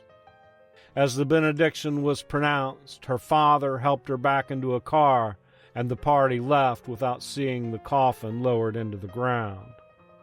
As the car drove away, her father was wiping away the tears that streaked down her cheeks. Officers remained non-communicative about their investigation, except to say that they were seeking to clear up numerous rumors that had reached their ears. Coroner Dalton said he heard of a marital rift developing between the young couple when Reynolds learned for the first time recently that his bride was of Jewish blood. Her father was described by Winston-Salem newspapers as a Jewish member of the Christian Science Church. The burying of her husband and tonight's inquest were not the only burdens Libby had to bear. Word came from Baltimore, where a trust company watches over the Reynolds tobacco millions, that she might not receive any of the estate waiting in trust for Reynolds until he became 28 years old. He would have been 21 in November.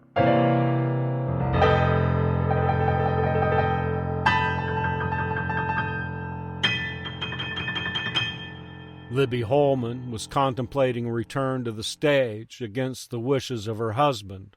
This was revealed today by Janet Reed, singer and wife of Walter Batchelor, Miss Holman's manager, who attended the party at the Reynolds' North Carolina home that preceded the 21-year-old tobacco heir's death. Quote, "My husband went down there to read the manuscript of a play to Libby. He told me that Libby was weakening about returning to the stage and that her husband did not want her to take up her career again." Unquote.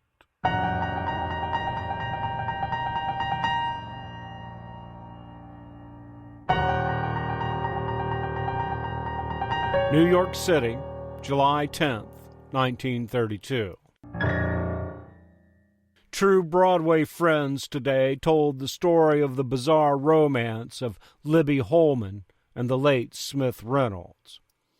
They rushed to defend the Jewish singer they so much admire from the specter of scandal which reared its head after Broadway fringers got through tearing her character to pieces in nightclub sessions last night. Broadway fringers, who have a more deeply ingrained sense of inferiority than a Texas cowboy at a Kansas City store clothes dance, always feel it necessary to impute moral or mental abnormality to their great artists or persons with lots of money. Naturally, the fringers did not spare the slain $20 million cigarette princeling and the passionate artist who, moaning low, reached the highest pedal of Broadway fame overnight. As a result of the fringers' seances, there is the story that both 20-year-old Reynolds and his mate were abnormal persons. There is the story that questionable blood flowed in Libby's veins. There is the story that Reynolds had a suicide mania and tried to end it all every other night or so. All these stories sound pretty silly to Tallulah Bankhead, the flaming Alabaman, now of Hollywood, Ernest Tommy Thompson, the scenario writer, and Walter Batchelor, former agent of Libby, and his wife Janet Reed. And they sounded as silly to Franchot Tome, the actor, Mrs. Louisa DuPont Carpenter Jenny, in fact, to all the friends who foregathered with Libby and Smith at the Tonys and knew them best.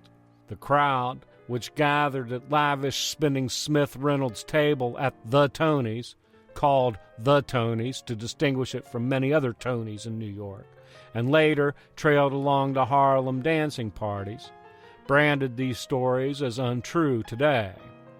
Other friends of Libby Holman went farther in her defense and said the theory that she might have shot her wealthy husband was disproved on the face of it because she was so nearsighted she could not possibly hit anything if she did shoot.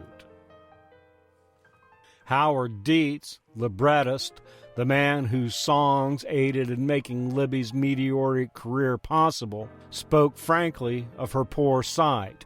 Dietz and his wife Betty are close friends of Libby and knew her from her early and obscure days in New York City. Other friends began at the beginning to brand as a lie the Fringer story that Libby Holman was part colored. It's an old story, and when Libby succeeded with such a bang on Broadway, many of her rivals spread it zealously. Naturally, it found many ready believers around the delicatessen tables because Libby's art, torch singing, so closely approached the husky wailing of colored singers. Of course, the story reached Libby's ears, and her response was characteristic. She chuckled her captivating throaty chuckle and said, "I consider it all a great compliment." Of course, the story was a lie, and Libby is not part colored. She's pure Jewish, the daughter of attorney Alfred Holman and Ray Workin Holman, born back in Cincinnati on May 23, 1906. To get a picture of the strange romance, let's begin with Libby up till the time she met Smith, right here in New York, probably at the Tonys. Libby always was a passionately intense girl, careless of clothes, careless of organized studies, careless about sewing and cooking, but forever in pursuit of some objective or other. She was a girl apart, marked out from the other burghers' daughters in Cincinnati, and she proved it by studying to be a lawyer like her father. She graduated from Cincinnati Law School, a very good one, by the way, but that didn't suffice. She came to New York and had considerable interest in the theater, but that wasn't her main interest at all, even though she'd taken part in amateur dramatics with signal success. When she first came here, she wanted to become a short story writer, and she had money enough for such a career because her father gave her a rather generous allowance. She enrolled in a course of short story writing at Columbia. But more and more of her firm friends turned out to be theatrical people. She danced and played with the witty and smart young spirits who produced the first Garrick Gaieties of I Love Manhattan fame. Libby was a chorus girl in that show, and then went on the road playing Florence Moore's leading role in The Greenwich Village Follies. Then Howard Dietz wrote a song for her in Hogan's Alley. She sang it in The Merry-Go-Round. Strangely, at that time, Libby didn't have the curious sex appeal, which later she sent over the footlights to electrify 1 million or so males. Nobody who knows the inside story disputes that, for some reason even her best friends can't explain. Libby Holman came to have the greatest over-the-footlights it in show business. She received more MASH notes than any other actress, and more men fought to meet her or learn her telephone number. But that was to be later. In Ned Wayburn's Gambles and other earlier shows, no male gave her a tumble. It was singing Moanin' Low in the first Little Show, singing after the manner of the Harlem Songbirds she frankly studied and copied, that made her such a hit overnight. New York Times drama critic Brooks Atkinson described one of her performances as that of, quote, a dark purple menace, unquote. The Cincinnati girl's sex appeal to the customers over the footlights always puzzled her friends, and it amused Libby. It was curious to them because off the stage she didn't possess such appeal to any marked degree, and she dressed so carelessly as to be called sloppy by her intimates. She wore tailored suits which she flung on herself off stage, and in the language of a true friend, frequently looked like hell. Then along came Smith Reynolds. From birth, he was marked out as heir to the R.J. Reynolds Camel cigarette millions. He was a puzzling youth to the other gilded blades of Winston-Salem, North Carolina, because he appeared to be interested only in engines and mechanics. Young Reynolds didn't care for a regular education. He went to a private school down south where he, as the Tobacco Kingdom's heir apparent, was treated about as the Prince of Wales is treated when he goes to Eton in England. Airplanes were young Reynolds' only passion until he met Libby Holman. After he'd learned to fly, and he was genuinely good at it, he came here frequently, giving up school. His friend from North Carolina here was Ernest Tommy Thompson, and Tommy introduced him around. The young tobacco princeling met Libby when she was the toast of the town after Moan and Low and Can't We Be Friends. She was traveling with a very smart, witty, New Yorkie crowd even then, before her stardom in Three's a Crowd, and Zachary Smith Reynolds naturally fell out of the picture at times. It is certainly hard to see what Libby and Smith could possibly have had in common.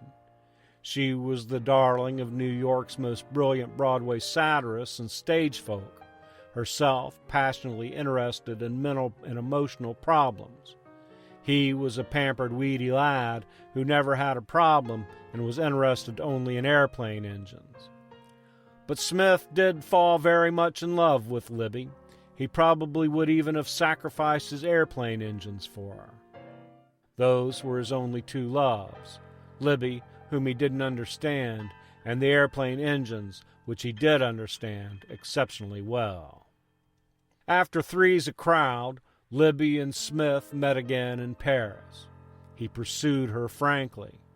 When she later took a house near Port Washington, Long Island, he took a cottage near there. He said he wanted to be near the seaplane base. That summer, Smith and Libby played around together, swam, danced, and partied. They were inseparable companions. Libby went on the road.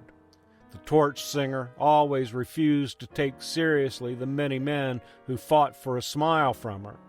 She tried to avoid taking Reynolds seriously, too, but he wouldn't let her. He followed her when they went on the road. She always was very kind to the wealthy young aviator, for if he was ever anything by occupation, Smith Reynolds was an aviator, but Libby wasn't more than kind. It was then Smith Reynolds is reported to have threatened to commit suicide unless Broadway Libby Holman married him. He would not drop his suit for her hand. In the language of some of her friends, Reynolds wore her out. She took pity on him. They were married while Libby was at Monroe, Michigan on November 29, 1931. It was then Smith, when not flying, became a definite member of the New York set which gathered at the Tonys. He met Tallulah Bankhead and others, all of whom liked him, but accepted him chiefly because he was Libby Holman's man. Young Reynolds drank too much.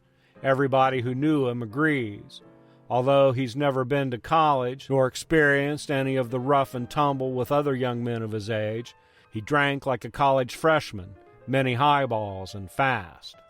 About 1 o'clock in the morning at the Tonys, young Reynolds would invite everybody around to go to Harlem.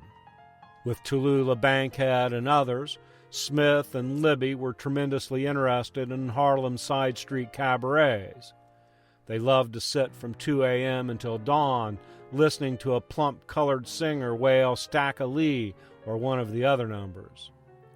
Libby Holman loved trips to the side street cabarets as much as her husband enjoyed them, and she admired some of the singers as great artists.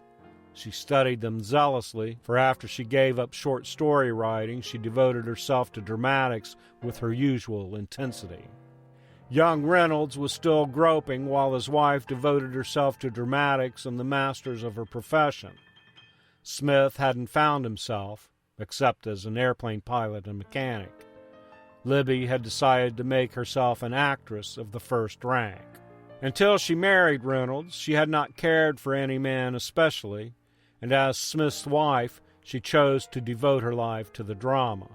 Reynolds fell in love with Libby's idea of devotion to a profession or vocation. He decided to become a really professional airplane pilot.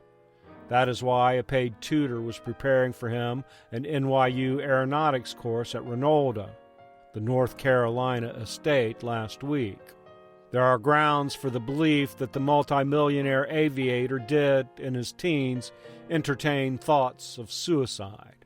He did propose a suicide pact to another young man who was his friend from boyhood, but the friend talked him out of it, and he is reported to have threatened suicide unless Libby Holman married him. However, old friends of Reynolds say he put away any thoughts of suicide definitely after Libby said yes, and they scoff at the suggestion that he ever had what could be termed a mania. Were Libby and her husband, 6 years younger than she, happily married, well-mated? All their friends say they were. One of the friends declared, quote, "Libby never cared about another man," unquote. Another told of the passionate devotion of the Carolinian to his Broadway bride. Quote, "He was not just batting around nightclubs flirting with the town beauties when he met Libby. This was a perfectly normal young man, but he simply didn't know love until he met Libby, which was when he was 17 or 18. After he fell in love with her, he never looked at another woman," unquote. Friends of the torch singer, who acquired the husky voice that made her when the knife slipped and slit her soft palate during an operation for removal of tonsils, say that she isn't worried about being cut off without any of Reynolds' $15 million fortune. Libby has made $100,000 or so herself, and she isn't the kind of person who wants to buy yachts, one friend said. All their true friends say Libby and her husband, 6 years her junior, were happily married and well-mated. Quote, "He never knew love until he met Libby," one intimate friend said. After that, he never looked at another woman.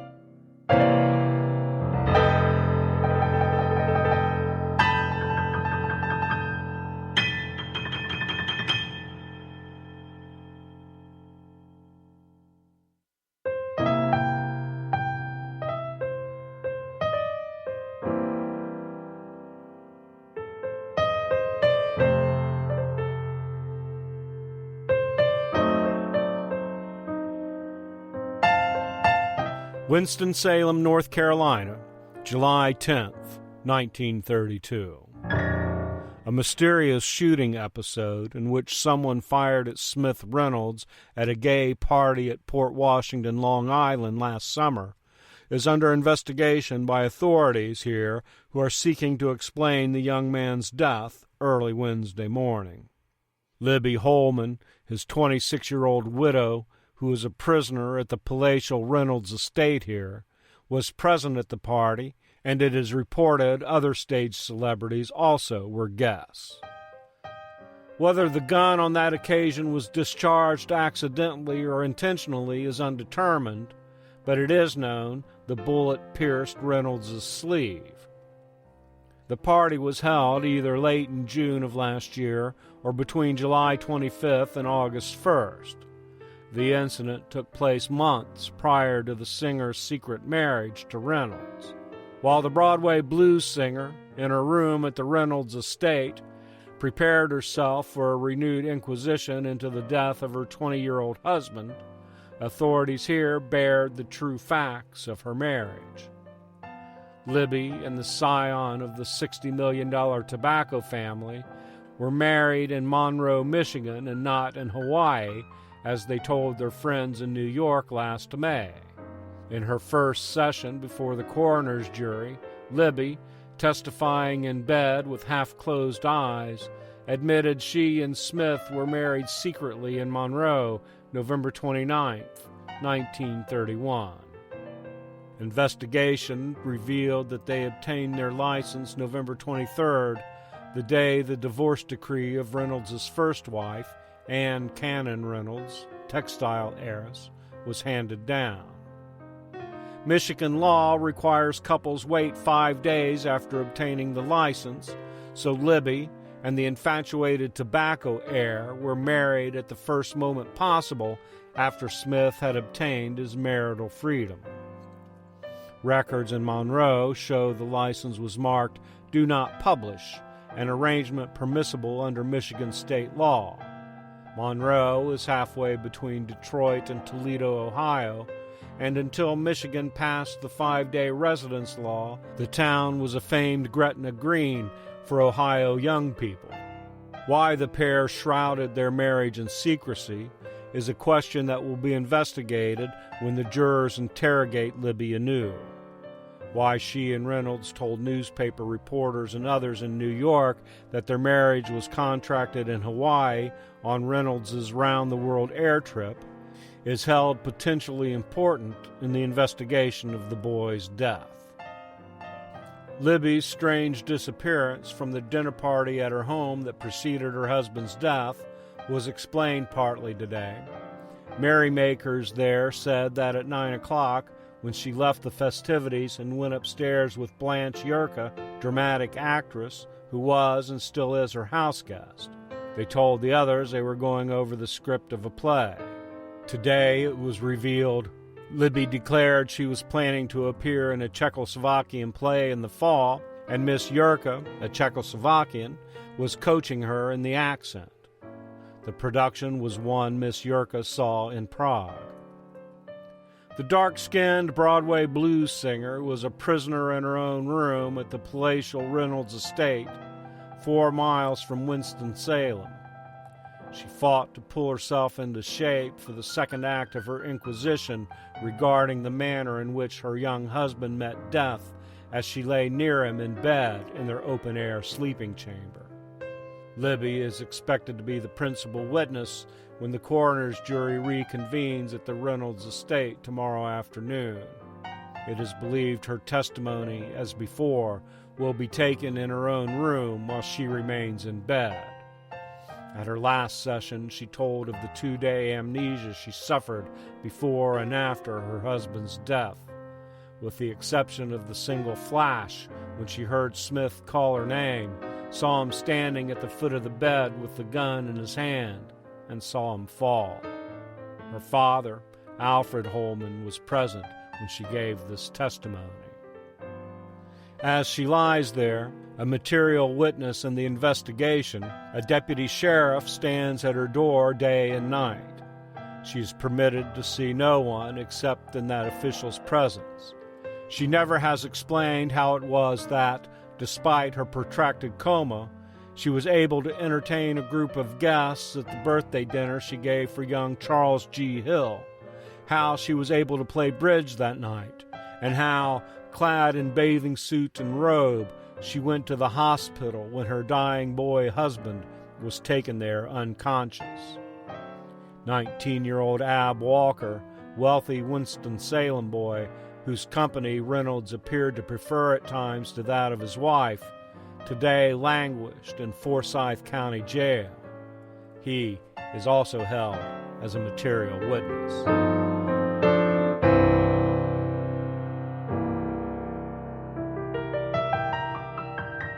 July 10th, 1932. Sobbing and moaning hysterically, Libby Holman told a coroner's jury today that shortly before her tobacco-heir husband, Smith Reynolds, was shot to death, he begged her to have a love affair with another man. The beautiful Broadway torch singer said Reynolds had confessed to her that their marriage must be a mere shadow of what marriages usually are, and had threatened to do something to break it up, and release her from a torturous marital bondage. Yet, it developed that the bride of the slain heir to the huge Reynolds tobacco fortune is an expectant mother. This testimony came from Ethel Shore, a nurse at the Baptist Hospital, where the 20-year-old Reynolds died from a bullet wound in his head at 5 o'clock Wednesday morning. Reynolds had been shot 4 hours before, and Libby, who lay across the bed beside him when he received his fatal wound, was also a patient in the hospital, suffering from the hysteria which has possessed her almost constantly since the tragedy. A room on the 3rd floor was assigned to Libby. Soon, the nurse said, 19-year-old Ab Walker, Reynolds' best friend, entered, and he and his wife's friend were left alone. Later, a commotion was heard. Hospital attachés hastened to Miss Holman's room.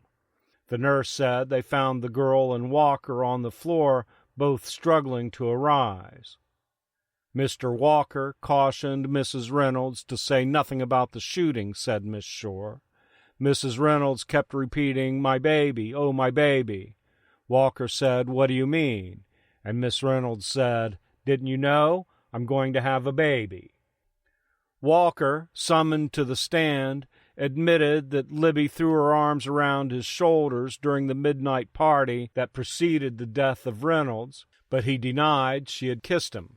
Quote, "She said, 'Smith doesn't love me.' I thought she was very tight. I told Smith about the incident." Walker added that Reynolds then threatened suicide. Quote, "Smith had been peeved with his wife all night. I thought his threat was more or less in earnest." The tobacco heir told him to wait on the lower floor of the house while he went upstairs. In a few minutes he heard the sound of a shot. The scream issued from Libby's room. Walker ran up the staircase, he said. He met Libby at her door. "Smith shot himself," he quoted her as saying. After Reynolds had been taken to a hospital, Walker admitted asking the attendants to leave him and Libby alone together. Quote, "Libby was telling everybody about Smith having put his gun to his head several times before. I told her she shouldn't say such things." Unquote.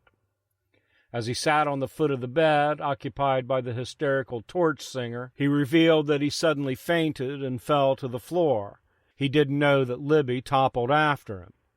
Question: Why did Mrs. Reynolds leave her shoes and sweater in your room at Reynolda? Answer: I don't know. Walker has been in the county jail since the day after his chum was killed. A reason for his detention appeared at the end of the examination. The state asked, "Didn't you make a remark, 'Whatever happens, there's some secret about this matter I'm going to take to my grave'?" "Yes," said Walker, but he denied that the remark was significant. He said he knew nothing about the tragedy except what he had revealed.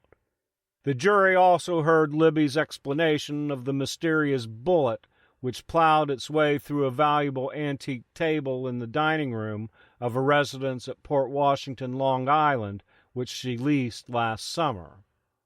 Libby said Reynolds was teaching her how to handle firearms when the weapon, a pistol, was accidentally discharged. Despite her admissions of her husband's inadequacy to the demands of marriage and her vivid account of his many efforts to kill himself, Libby protested over and over that she loved him, that their affection was something more than just a physical passion. When she left the improvised jury room at the Reynolds estate after a frightful 2-hour session, she fainted in the arms of her father and mother. Libby, a shaking, white-clad figure, was led gently into the richly furnished den of the Reynolds home shortly after 1:30 p.m. Her rich brown skin showed through the lacy negligee she wore, and her slim ankles tottered unsteadily on silver mules. A white